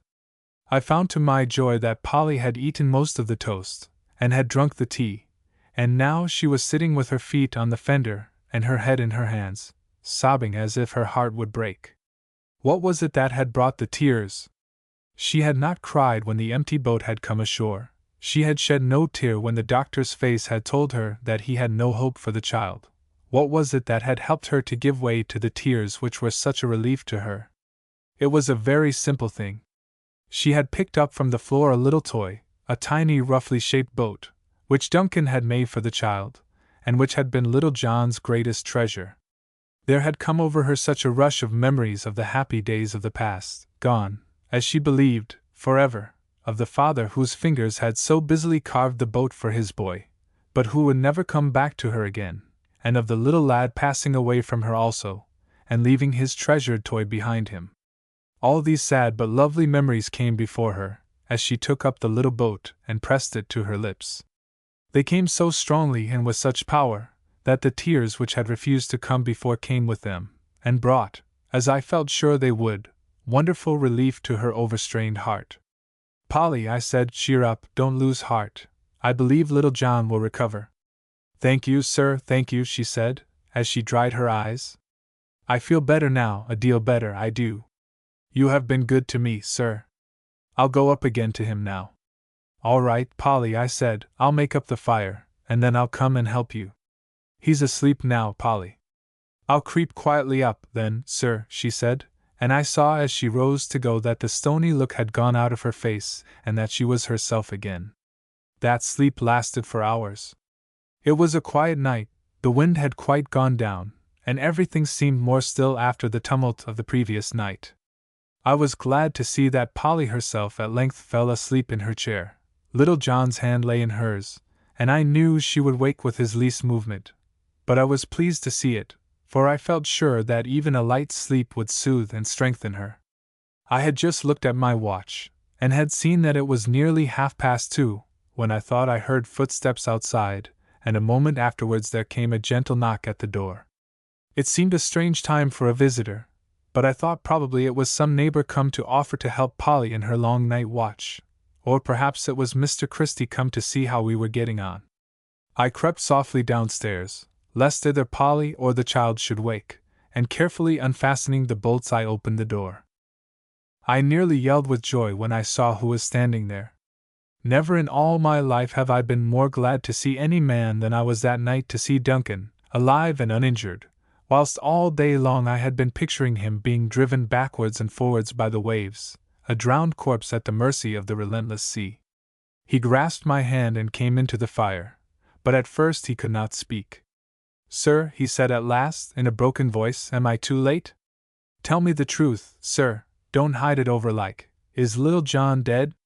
"No, Duncan," I said, "he still lives, and he is asleep, and Duncan, I believe he will be given back to you." "Thank God," he said, "thank God for that." For just a moment a doubt crossed my mind as to whether I ought to give him this hope, and yet I rebuked myself for this doubt, for I was clinging to the promise, and the word of the Lord was sure, and I believed that if what I asked was good for these poor souls it must be granted to me. Duncan had now sat down in his armchair, and by the light of the fire I could see that he was faint and exhausted. He leant back wearily for some time and seemed unable to speak. I had left the kettle on the fire, and I hastened to give him a cup of tea and something to eat. Then I crept upstairs to see what was going on, but finding Polly and little John were still both fast asleep, I came back to him. He was better for the tea, and able to talk to me. "I've had an awful time, sir," he said, in answer to my inquiry. "Many and many's the time since I was a boy that I've been near the dark valley, but this time, why, I think I've been halfway down it, sir." "How's my poor lass, sir?" "Very cut up, Duncan," I said. "She thinks you are dead. Your boat came up with last night's tide."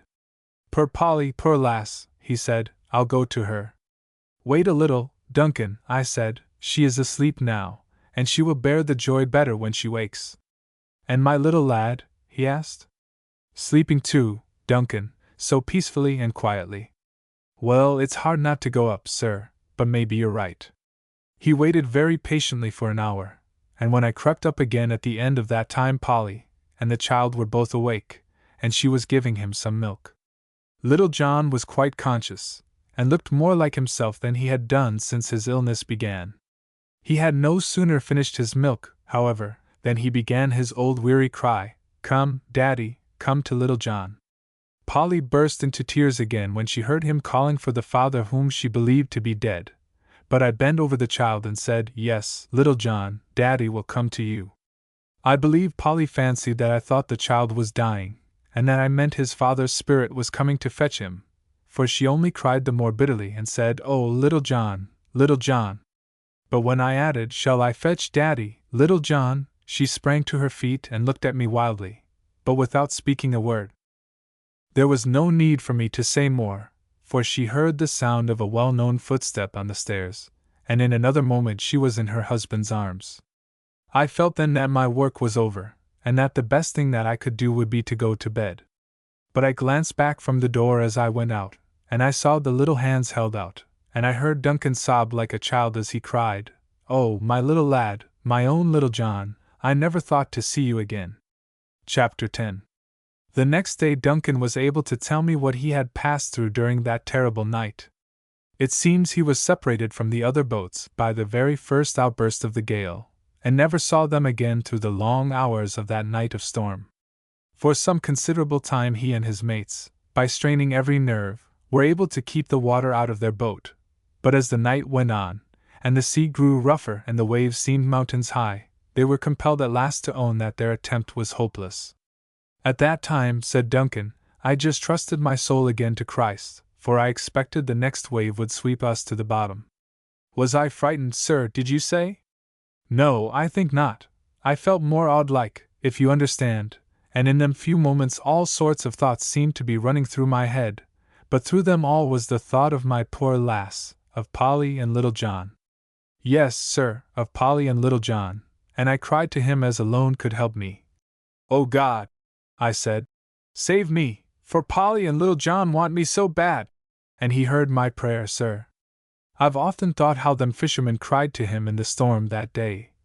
"Master, save us, we perish," they said, and he heard their cry, didn't he, sir? And he heard mine. Yes, he heard mine, for when the wave did come which carried us over, the Mary Ann was driven right past where we were struggling in the water, and we caught hold on her. We clung on for dear life, sir, but we couldn't have clung there many minutes, for the sea was that cold and icy our hands was well nigh frozen. But God Almighty knew how to save us, and He sent a steamer to pick us up, in less than 10 minutes after we went overboard. And they were good to us, sir, for all they were foreign folk aboard. They warmed us, and gave us hot coffee, and lent us dry clothes, and they ran into the Hull docks in the afternoon, and landed us there. Well, sir, you may be sure I came home as quick as ever I could, for I thought maybe I should never see my little lad again. Hasn't God been good to us, now hasn't He, sir? He concluded, as he gently patted his little boy's hand. The doctor gave a much better report of little John that day, although he said he was not yet out of danger. But from that time he improved slowly but steadily, and before very long he was able to lie once more in his father's arms, and to stroke his face with his little thin hand. It was very touching to see the love and the gratitude of both Duncan and Polly. They could not say enough about the help and comfort I had given them in their time of trouble, small though I felt these to have been. If I had been a prince, I think they could not have made more of me, and I believe I should have been altogether spoiled if I had stayed in Runswick Bay much longer. I had not touched my picture the whole of that week, for whilst our anxiety lasted I had no heart or desire to paint. On Saturday I saw Marjorie and little Jack giving out their pink papers, and I went to meet them. "One for you, big Mr. Jack," said the merry little rogue, as he threw it up in the air for me to catch. The subject for the following day I saw was to be these 2 words, "We know." I thought, as I put the paper in my pocket, how much had passed since last Sunday, and I thought also how differently I felt with regard to the service on the shore, from what I had done when I received the last pink paper. I had certainly no wish to run away to Kettleness, to be out of the way when it took place. Sunday morning was bright and beautiful, and little John was so much better that his father was able to leave him and to take his place in the choir. I stood close to the old boat, and Jack put his hand in mine, and let me look at his hymn book as he sang. There was a large congregation, the fine day had tempted them out, and I think the danger of their companions, and their narrow escape from death had stirred the hearts of the fishermen, and had made many of them feel that it is not all of life to live, nor all of death to die. "My mates are here today, sir," whispered Duncan, as he went forward to take his place in the boat. "It's the first time I've been able to persuade them to come. They see the good of it now, sir, you see. Never have I heard any man pray more earnestly for a blessing than Mr. Christie did that day, but I do not think even he prayed more earnestly than I did. My whole heart went out to God that day, for was it not my first Sunday on the right side of the line?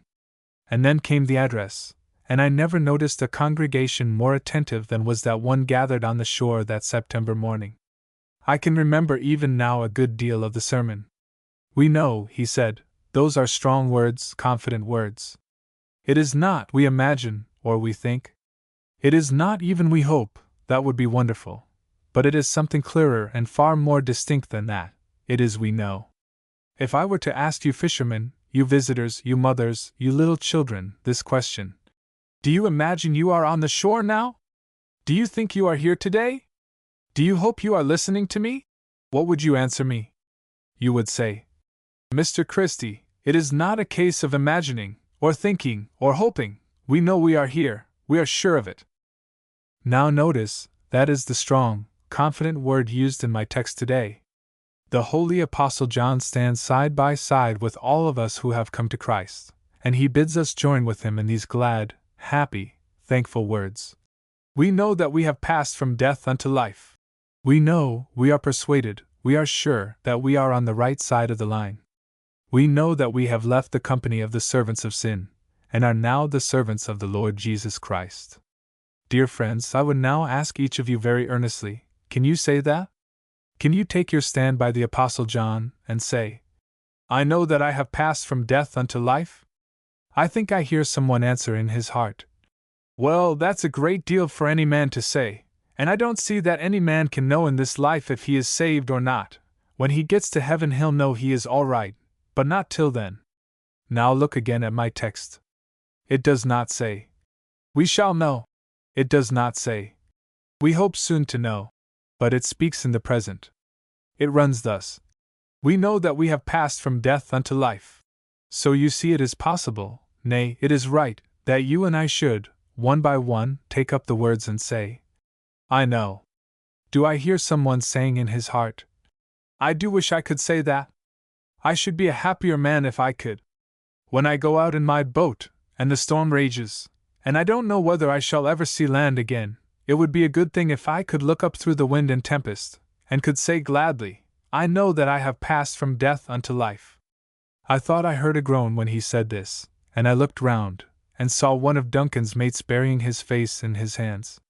Do I hear one of you mothers say, when I lie awake at night, and the baby will not let me sleep, and I get out and look from my window at the stars shining down upon me, I would give a great deal to say, as I think of the heaven above those stars, I know that I have passed from death unto life. And you, my friend, when the day comes, as come it will, when you lie on your bed, and you see by the doctor's face that you will never get out of it again, when you say to yourself, as the neighbors sit round, this is my dying bed, and they are watching to see me die. Oh, what would you not give at that solemn time to be able to say, I know that I have passed from death unto life? Do you want to be able to say it? You cannot want it more than God wants to hear you say it. The Christ stands on the shore beside us today, and he yearns with unutterable longing that each man, each woman, each child here present, should be able to take up the words of my text and say, I know that I have passed from death unto life. Then he went on to tell us that it was not a long, weary, toilsome journey which we had to travel to reach the Christ. He was present amongst us now. He was very near to each one of us. His arms were wide open. He was waiting to receive each one who was willing to cross the line. One step would be sufficient, one step into those open arms. Then we ended by singing a hymn, which seemed to me a very beautiful one. I was glad to see at the end of the service that Duncan's mate was still sitting under the old boat with his hands over his face. He had evidently felt the sermon very much, and when he rose to go home after the others had dispersed, I saw Mr. Christie walking by his side. That was a lovely Sunday evening. The storm of the week before seemed to have cleared the air, and there was a golden light over everything, until the sun went down behind the hill. I spent the evening at Mrs. Christie's, for Polly was still fully occupied with the child, and was not able to attend to much of the work downstairs. Duncan did the cooking now, and the washing up and the cleaning, and I never saw a more handy man. He waited on me hand and foot, as if I was a lord, but I felt that I was giving the dear fellow a great deal of trouble, and was glad, therefore, to accept Mrs. Christie's invitation to have tea and supper at their house. Little Jack welcomed me with the greatest joy. He was so delighted to have me at tea, and contemplated me with so much delight and interest from his high chair by my side, that he quite forgot to eat his own tea, and had to be recalled from his admiration of me, time after time, by his mother. After tea he told her he had a great secret to confide to her. He dragged her from the room and led her upstairs, and then with closed doors, and in a whisper so low that she could scarcely distinguish the words, he told her solemnly, "I do love big Mr. Jack very much," which secret his faithless mother was treacherous enough to reveal to me, after we had been upstairs that evening to see little Jack in bed. After we came down, Mrs. Christie lighted the lamp, and we were sitting cosily round the fire talking of my mother, when suddenly there came a knock at the outer door. "Who can it be?" said Mrs. Christie hastily. "Someone must be ill, I think, so few people come on Sunday." She was going to the door, but her little maid had already opened it, and coming into the parlor she announced, "There's a gentleman, sir, at the door says as how he wants Mr. Villiers, sir." "A gentleman," I repeated in astonishment, "wanting me?" "Yes, sir, he says he wants you very particular, he does."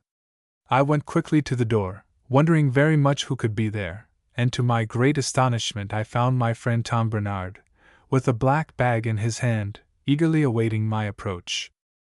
"Found at last, old chap," he cried when he saw me. "Why, I've been hunting for you all over in this rabbit warren of a place, till at last some of these fisher lads told me you were in here." "And what are you doing here, Tom?" I exclaimed. "Doing here? Why, I've come to see you, of course, old fellow. What else should I have come for? I set off early this morning, and I thought I would give you a bit of a surprise." "Are these your diggings?" "No," I said, "I'm only spending the evening here, but I'll come back with you at once." I went in for a moment to explain my sudden departure to Mr. and Mrs.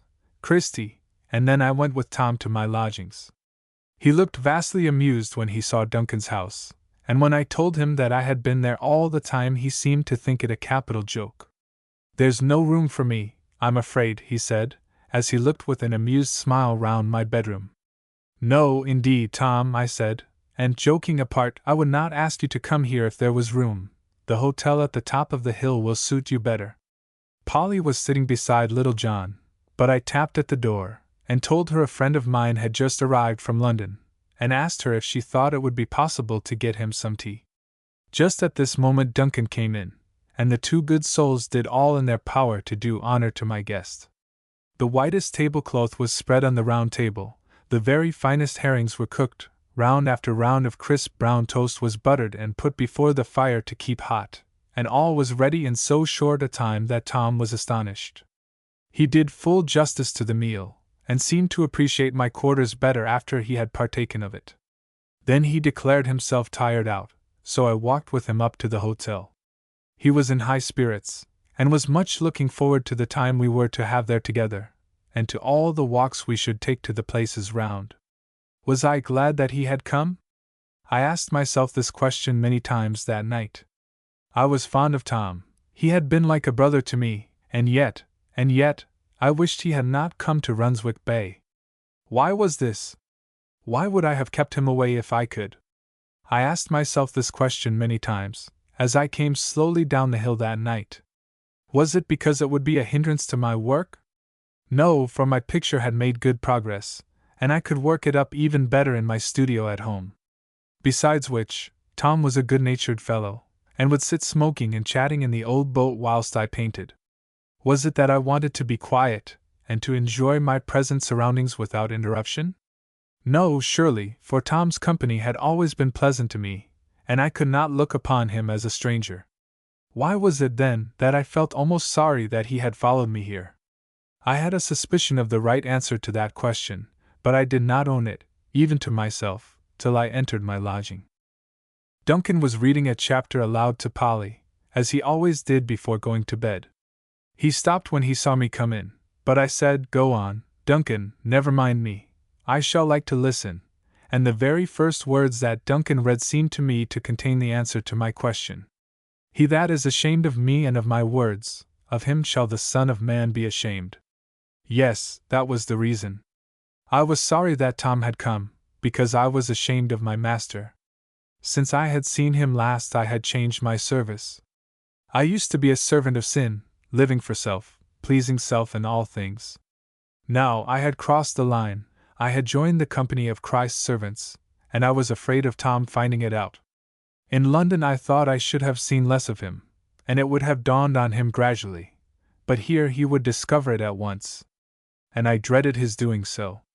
Yes, I was a downright coward, ashamed of the one who had died for me. This was not a comfortable reflection, but I was convinced that it was the truth.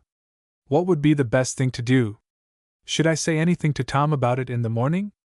I thought at first that I would speak, and I made up several sentences with which I meant to begin.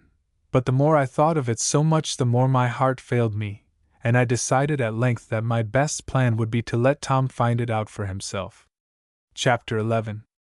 I think Tom very much enjoyed that week at Runswick Bay. The more he saw of the place the more he liked it.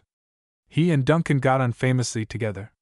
They smoked together on a seat above the house, and Duncan told him stories of shipwrecks and storms, whilst I sat painting just below them.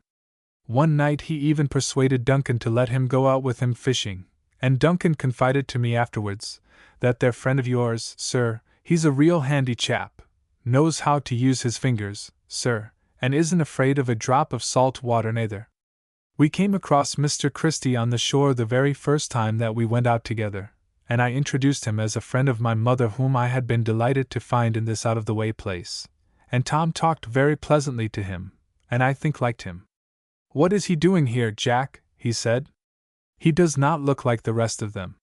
"He is a lay preacher," I said. "Whatever in the world is a lay preacher?" said Tom, laughing.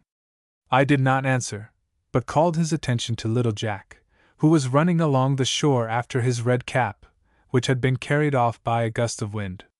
"That's his little boy," I said, "and my namesake. They lived in my father's parish in London, and Mr. Christie and his wife adored my mother. It was seeing her photograph on the wall of their room which made them discover who I was." "What a splendid little fellow," said Tom as the child came up to us. "So you are Jack, are you?" "Yes, I'm little Jack, and he's big Jack," said the boy roguishly, looking at me. I was not surprised that Tom made friends very quickly with my little favorite, for he was wonderfully fond of children, and many were the games which he and the two children had together whilst I was at work. Every evening Tom and I walked together, and we explored all the country for miles around. Sometimes we went by train and walked back by the cliffs. The train seemed to land us at each station in the midst of fresh beauty, and I came to the conclusion that Yorkshire was indeed, what I had always been told by my mother, the most beautiful county in England. "Now, Jack," said Tom on Saturday morning, "we'll have a really good day tomorrow. You won't want to paint, will you?" "No," I said hurriedly, "I don't paint on Sundays." "All right," he said, "it's much the best plan. You come fresher to it on Monday." "All work and no play makes Jack a dull boy." That old couplet must have been made for you, Jack. "Well, then, let's see, where shall we go? Suppose we make a long day of it, and go to Scarborough. We must see Scarborough before we go home, must we not? We will go by the early train, and come back as late as we can. The worst of it is there are not so many trains to choose from on Sunday, but I dare say we shall find one that will suit," and without saying another word, he went off to my lodging for a Bradshaw. What was I to do? A few weeks ago a Sunday spent in pleasure would have been just what I should have chosen, and many a time had Tom and I been up the river on Sunday together. There was hardly a place within easy distance up the Thames which we had not visited in this way. But now I felt very differently about these things. Sunday was my master's own day, every moment of it, I felt, must be consecrated to him. No one had talked to me about Sunday observance, but my conscience told me very clearly what was right in the matter. Yet, although I had no doubt as to what I ought to do in the matter, I am ashamed to say that for some time I hesitated.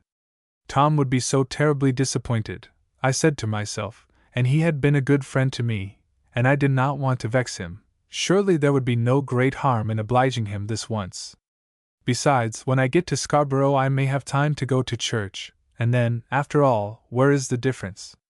I argued with myself. I shall take a longer journey to church, that is all. And then Tom came back, full of his plans for the day. He had already settled the train we were to catch, and he told me that he looked forward to seeing Scarborough immensely, as his mother had stayed there a year ago, and she had told him it was the most beautiful watering place she had ever visited. I tried to feel pleased with what Tom had arranged, but in my heart I was very miserable, and just at that moment who should appear but Marjorie and Jack, distributing the pink papers containing the invitation to the service on the shore. I turned away when I saw them coming.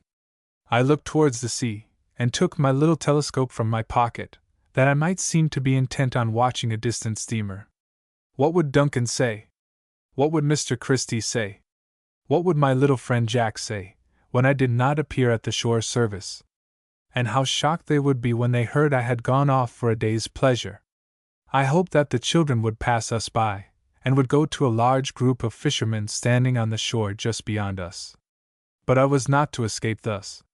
Marjorie came up to Tom and presented him with a paper, and she was going to give one to me, but my little friend stopped her. No, no, Marjorie, he said in his most fascinating tones, let me give one to my own Mr. Jack.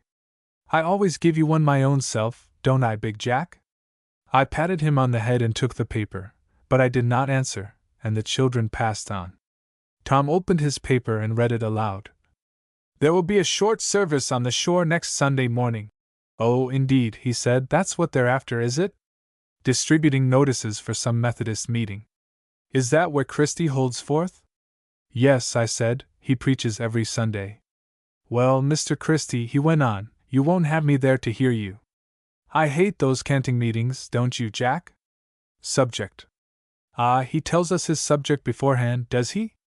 Very kind of him, I'm sure. Subject, where are you going? Ah, said Tom, that's soon answered, I'm going to Scarborough, old fellow, and a jolly good day I hope to have there, and he threw the little pink paper into the air, and the wind carried it far out to sea.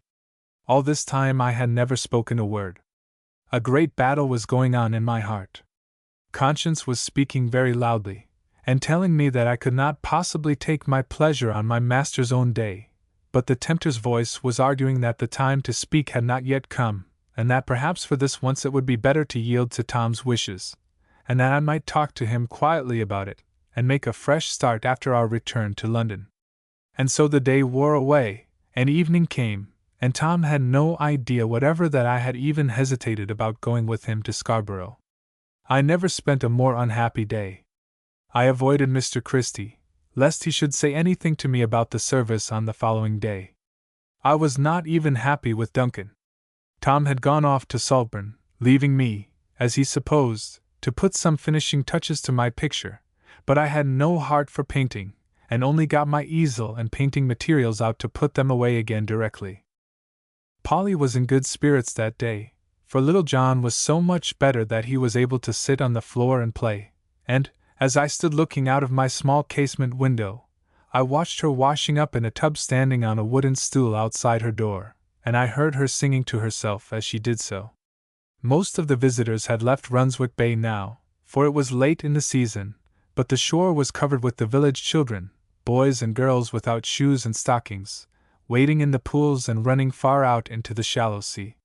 It was a pretty sight, the gray, quiet water, the strips of yellow sand, and the cliff covered with grass and flowers. But I could not enjoy the scene that Saturday evening. Even my artistic eye, of which I used sometimes to boast, failed me then.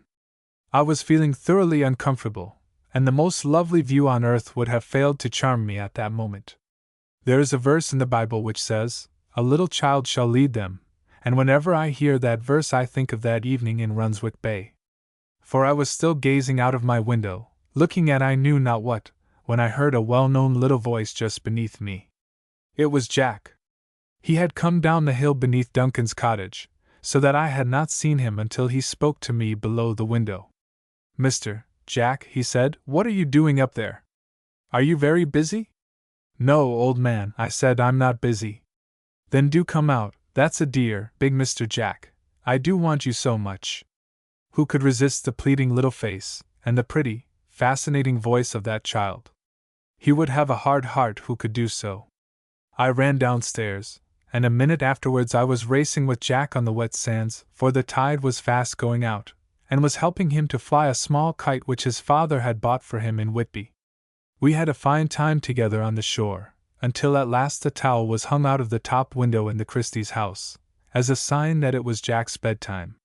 Though he was wild with joy and excitement, the obedient little fellow at once stopped his play, and told me mother wanted him, and he must go. "I'm coming for you tomorrow morning, Mr. Jack," he said. "Tomorrow morning, Jack?" "Yes, for church," said the child, putting up his dear little chubby face to be kissed. "Don't go without me, will you, Mr. Jack?" "Well, I'm not sure I'm going tomorrow, little man," I said reluctantly, "so you had better not call for me." "Not going to church," said Jack, in a very shocked voice. "Why not, Mr. Jack?"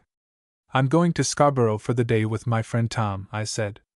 "I shall go to church in Scarborough, Jack." I shall never forget the expression of that child's face as long as I live. It was a mixture of surprise, sorrow, and dismay. "Mr. Jack, do you know it's God's day tomorrow?" was all that he said, however, and as at this moment his mother called him from the bedroom window, he ran off without another word. "Do you know it's God's day?" I asked myself when the little boy had gone. "Yes, I do know," I answered aloud, "and he is my master, and my master's day shall be kept for him and for his service." I walked to a lonely place on the shore where the sea had undermined the cliff, and had made strange holes and caves, which could only be entered at low tide.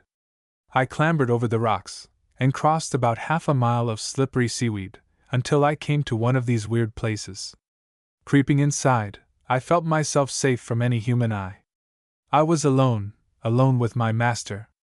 I cannot tell you all that passed during the half hour that I spent in that lonely cave, but I know this, that I came out of it feeling that my master had indeed given me the strength for which I had pleaded, the strength to act as his faithful and true servant. I was waiting outside the station when Tom's train came in from Saltburn. He had not expected to see me again that night, and seemed pleased that I had come to meet him. "I think we shall have a fine day tomorrow, old boy," he said. "What a dew there is! My feet are quite wet with it."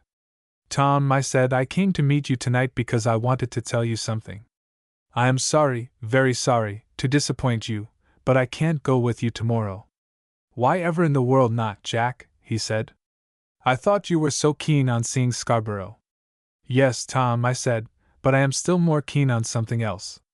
"What's that?" he asked. "Do you mean Redcar?" "It's a stupid place, Jack, nothing in the world to see, I assure you." "No, Tom, I don't mean that. I don't want to change our plan. I had rather see Scarborough than any other place. I'll give myself a holiday on Monday, and go with you gladly, Tom, but I can't go tomorrow." "Nonsense, Jack," he said angrily.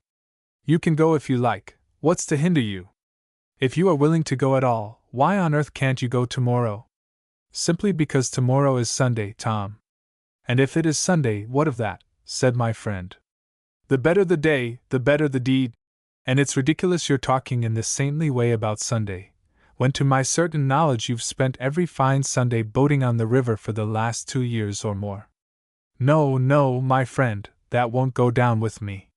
"Tom," I said, "it's all quite true what you say. I know I have, spent my Sundays in boating or in taking my pleasure in some other way, and I am more sorry for it, Tom, than I can tell you. But since I came here—" "Since you came here," Tom interrupted me, "you've gone and turned ranter or Methodist, or something of that sort, and you've got your head full of all sorts of insane and ridiculous ideas." "Since I came here, Tom," I said, taking no notice of his last remark, "I have seen what I never saw before, that I am a great sinner, and I have found what I never found before, that Jesus is a great Savior." "Well, I wish you had never come to Runswick Bay, if this is the absurd way you are going on, Jack, and after all the good old times we've had together too." "And why shan't we have good times together still, dear old Tom?" I said. "I have entered the service of a new master, that's all, and Tom," I said timidly, "I wish he was your master too." Tom made no answer, but swung his stick round and round, and slashed at the thistles and the ox-eye daisies which grew by the roadside. I tried to make 1 or 2 remarks, but I saw he was very much upset by what I had said, and he did not answer me. He was vexed with me, and perhaps he was a little uncomfortable besides, and I felt it was far wiser to say no more. He did not speak again until we reached the hotel, and then he simply said, "Good night, Jack, I'm sorry you've gone and made such a fool of yourself," and I went down the hill, feeling as if I had lost my friend, and as if the old days and old companionship were dead and buried forever. But if I had lost one friend, I felt I had gained another. Mr. Christie was waiting for me at the bottom of the hill, and he proposed that we should take a turn together on the shore. Nellie was expecting me to supper, he said. He had told Duncan I was going there, and the moon was coming out, and a good stretch on the sands would make us enjoy it all the more. We had walked across the bay, and were standing gazing out seawards, when he suddenly put his arm in mine. "What is it, Jack?" he said kindly. "Something is troubling you this evening." "Yes, you are right," I said. "However did you know, Mr. Christie?" "I am bothered a bit. The fact is, I'm ashamed of myself. I've been such a coward." "What have you been doing, Jack? You don't mind telling me, do you?" "Not at all, Mr. Christie. I would rather tell you," I said, and then I gave him an account of the last week, of my fear of Tom, and how very nearly, I was ashamed to say it, I had yielded to him about the outing tomorrow. Then I spoke of my friend, and I told him I was afraid I had lost him through my plain speaking. "Never mind, Jack," he said, "the master must come first, and it does happen very often that when he is put in his right place we have to give up a great deal." He knew we should have to do it, and he spoke some very plain words about it. "He that loveth father or mother more than me is not worthy of me, and he that loveth son or daughter more than me is not worthy of me." "You would like to be worthy of him, Jack?" "I shall never be that, Mr. Christie," I said. "No," he said, "you are right, we are all unworthy of him, but when we love him, we do long to do that which is pleasing in his sight. And remember, there is always the 100-fold, Jack, always the master's reward for anything we give up for him." "Yes, in heaven," I said softly. "No, Jack, not in heaven, but on earth. Do you remember how the master's words run? He shall receive in 100-fold now, in this time, and in the world to come, life everlasting. The 100-fold is to be enjoyed here, the everlasting life there." "I never noticed that before," I said. "I have proved it true, Jack, abundantly true. I sometimes think I have got beyond the 100-fold. And then beyond, there lies the life eternal." "My mother is enjoying that," I said. "Yes, indeed," he answered, "and her boy will enjoy it too in God's good time, for does not the Master say of all those who belong to him, 'I give unto them eternal life'? I am come that they might have life, and that they might have it more abundantly." Chapter 12. I shall never forget my last Sunday in Runswick Bay. It was at the end of September, and was one of those gloriously brilliant days which we get in the early autumn, when the sky is cloudless, when the air is fresh and clear, and when the autumnal tints on trees, hedges, ferns and brambles make the landscape gorgeous and extremely beautiful and fascinating. The high cliff above the bay was a perfect study in color that morning. I have never seen more splendid coloring. Every varied shade of red and gold and green was to be found there. "Tom will be off to Scarborough," I said to myself as I dressed.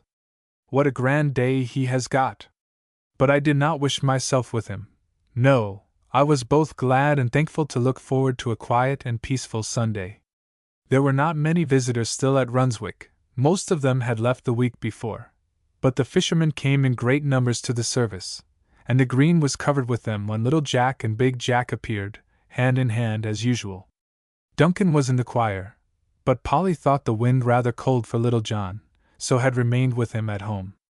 A good many women and children were present, however, and the bank was covered with mothers and babies, sitting at a little distance, lest the noise of the children should disturb the preacher or the listeners. What was it that made me think of Tom just as the service began? Was it a shepherd's plaid cloth cap, of the kind Tom wears, which I saw on the head of some visitor who was sitting almost out of sight on the seaward side of the bank? Such small things bring people and things before us sometimes, and my thoughts wandered to Scarborough for a few minutes, and I wondered what Tom was doing at that moment. I thought to myself how he would smile, if he saw me sitting under the old boat and listening attentively to an open-air preacher. But my thoughts did not wander long, for when the service began every word of it seemed to be for me. "Where are you going?" I had worked the subject out in my mind before I came to the service, and had quite decided what line of thought Mr. Christie would take. I thought he would picture the two roads, the one leading to life, the other to destruction, and then I imagined that he would speak of the blessedness of being on the narrow road, and would dwell very vividly on the awful consequences of continuing to walk on the road leading to hell. But I found that my idea of what his sermon would be was quite a mistaken one. "Where are you going?" "My question today," he said, "is addressed only to some of you. Would to God it were addressed to you all! I speak today to those who have crossed the line, who have run into the loving Saviour's arms, who have become servants of Christ. My friends, my dear friends, where are you going? What does the Master say? He calls to every one of his servants, and he says, 'If any man serve me, let him follow me, and where I am there shall also my servant be.' Servant of Christ, where are you going? The Master answers you, 'Where I am.' And where is that? A little group of men are standing on the Mount of Olives.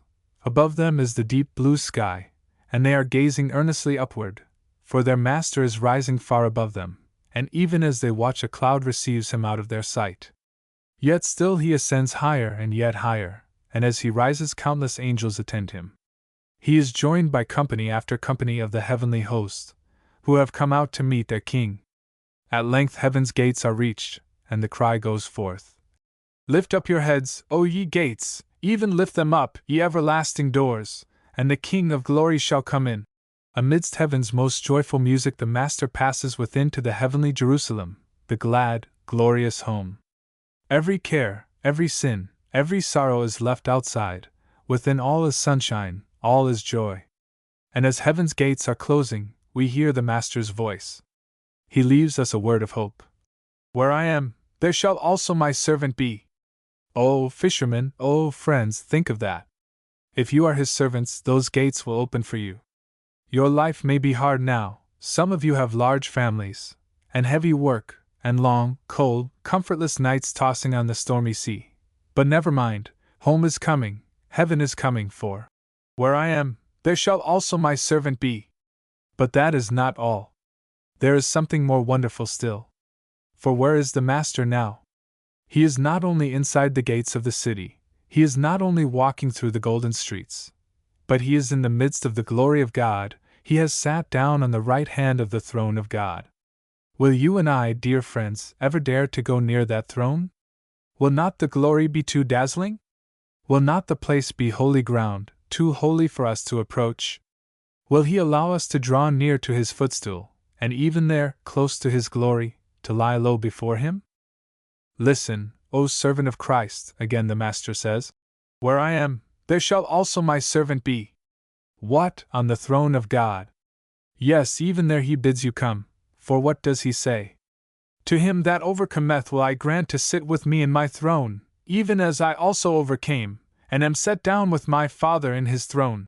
Oh, what a wonderful promise! We could never have thought of it. We could never have believed it. We could never even have dreamt of such a thing, if the Master had not told us himself. And then he concluded by asking us to remember our glorious future. Sometimes, he said, you get downhearted, full of sorrow and fear, and you say, 'I shall never hold on to the end.' Oh, dear friends, it is worth an effort, for at the end lies home, at the end stands the throne of God, with a place waiting for you upon it. 'Where I am, there shall also my servant be.' What if you have to bear something for the Master's sake? What if you have to give up friends or comforts for him? What if you have to take up your cross and follow him? It is only for a few days, only for a little while, and home is coming. 'Where I am, there shall also my servant be.' Is it not worthwhile? Then, as he ended, he spoke a few words to all who were there, and he begged those who were not servants of Christ to consider what they were losing. All this might be yours, he said, the wide-open gates, the heavenly city, the seat on the glorious throne, but you are turning your backs on it all, and you are choosing instead, what? A few of earth's fleeting pleasures, a little of this world's passing enjoyment. Oh, dear friends, think before it is too late, what your eternal loss will be. He said much more, but I cannot remember it now. I only know that I came away feeling that I had been very near the golden gates of which he spoke, and had heard the Master's voice saying to me, "Where I am, there shall also my servant be." The tide was coming in as we left the service, and I was standing on the shore watching the waves rolling in over the rocks, when I felt an arm slipped in mine, and when I looked round, to my great surprise I found that it was Tom. "Why, Tom," I said, "back already? How early you have come home." "Back, Jack?" he said, laughing. "Why, I've never been." "Do you mean you haven't been to Scarborough?" "No, of course not. You didn't think I would go without you, old boy. We'll go tomorrow, of course. I thought we settled that last night." "Why, I've been thinking of you in Scarborough all day," I said. "Then your thoughts have gone in a wrong direction for once, Jack," he replied, "for I've been here all the time." "I'll walk with you up the hill," I said. "It isn't quite dinner time." I was very pleased to see him, and to find that he did not appear to be vexed with me. We chatted for some time, and then he said casually, "He does not speak badly, that late preacher of yours, Jack?" I stood still in astonishment. "Who?" I said. "Mr. Christie?" "Why, you surely were not at the service, Tom." "Oh, I know," I cried, before he could answer. "You were behind the bank. I saw a black and white cap, and I thought how much it was like yours." "It could not be much more like, seeing that it was the very same," said Tom. "I'm so glad you heard him," I ventured to say. He made no answer, so I thought it was better to say no more, but when we reached the top of the hill, and he was just leaving me, he said, "Jack, I'm afraid I was a bit crusty last night. You must not think any more of it, old fellow. We'll have a jolly day at Scarborough tomorrow. And Jack," he went on, "I was very much annoyed at the time, I own I was, but I'm not sure after all that you're not right." He said no more, but hurried away, and it was many years before he referred to the subject again, but the day came when he did mention it, and when he told me, with tears in his eyes, that he looked upon that Sunday at Runswick as the first link in the chain of God's loving providence, by means of which he had led him to himself. He told me then that he had never forgotten my firm refusal to go with him, and he had never forgotten the sermon to which he had listened hidden from sight by the bank. Our day at Scarborough exceeded all our anticipations.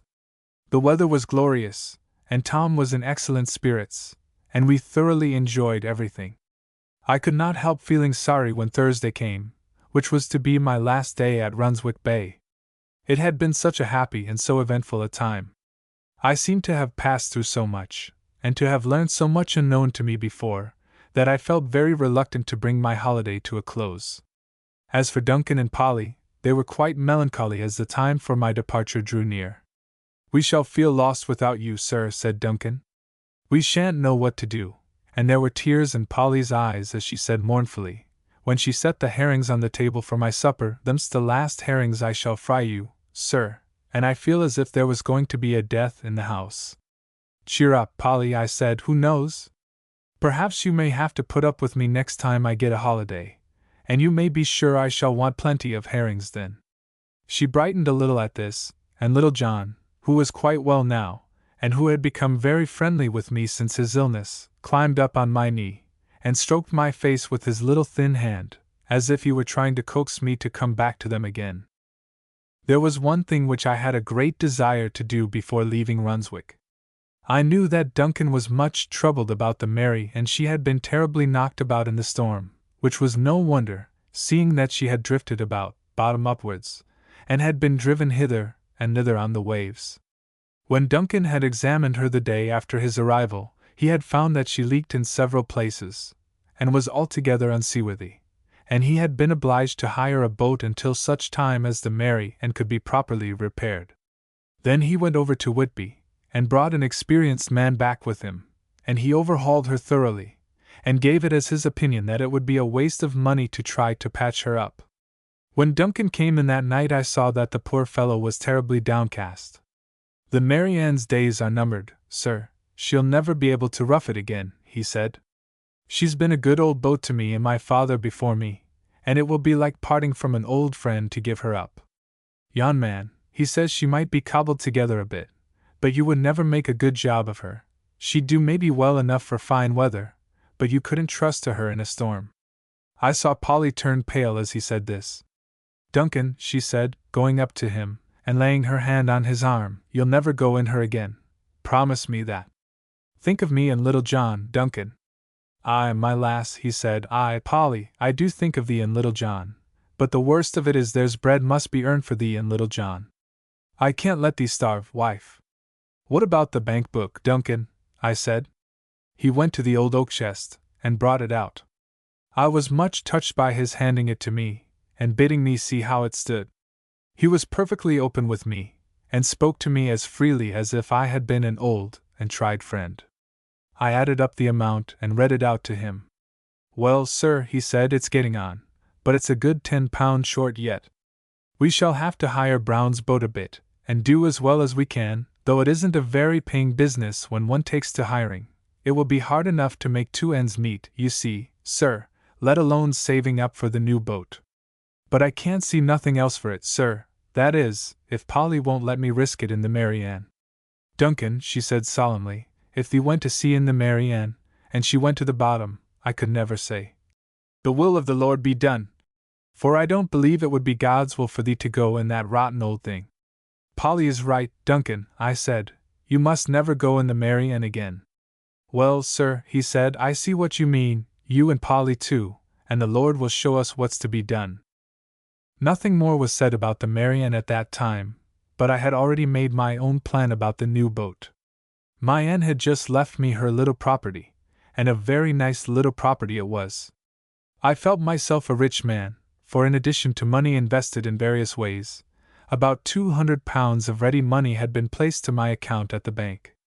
What could be more delightful, I thought, than to spend the first £10 of this in helping Duncan to complete the purchase of the new boat? The only difficulty would be to get Duncan to accept the money, for he had all the honest independence of a Yorkshireman, and I knew would hesitate about receiving help from anyone. But, at the same time, I knew that in this instance his need was great, and his kindly feeling towards myself was so strong, that I was not without hope that I might be able to manage what I had contemplated without giving the dear fellow offense. I thought, at one time, that I would take Mr. Christie into my confidence, and would consult with him, but on second thoughts I decided that it would be wiser not to do so, and felt that I should be more likely to succeed if no one else was in the secret.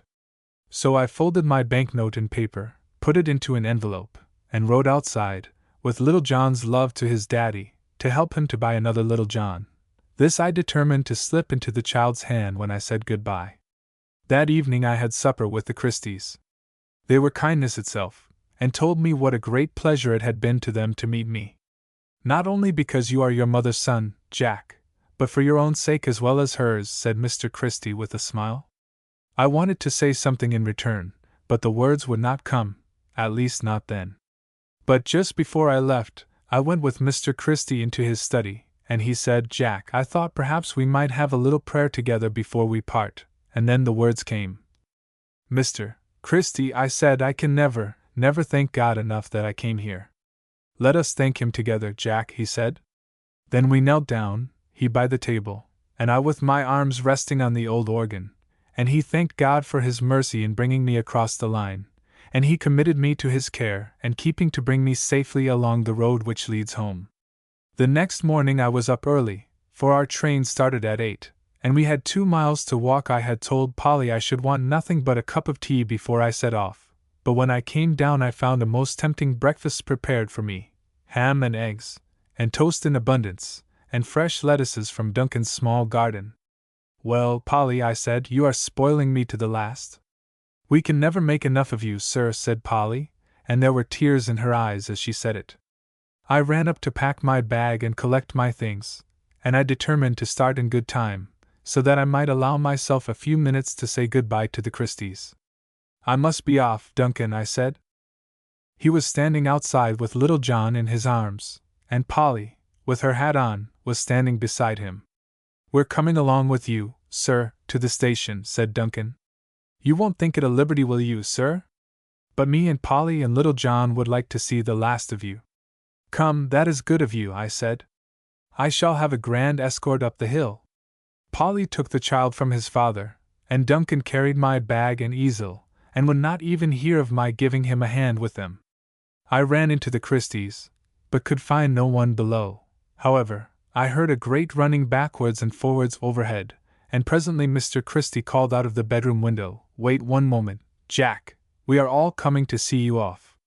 So my escort increased as I proceeded, and Tom, as he came out of the hotel, said he thought the whole of Runswick must be going by the early train, when he saw us, one after another, come toiling up the hill. Little Jack rode up the whole way on my back, and his horse was very hot when the top was reached. Though it is now so many years ago, I can see that little party of friends standing together on the platform, as the train moved out of the station. I can feel again the warm grasp of Mr. Christie's hand, and can hear his whispered, "God bless you, Jack." I can see Mrs. Christie holding Marjorie by the hand, and waving her handkerchief to me, and can hear little Jack crying out, "Come back soon, do, big Mr. Jack."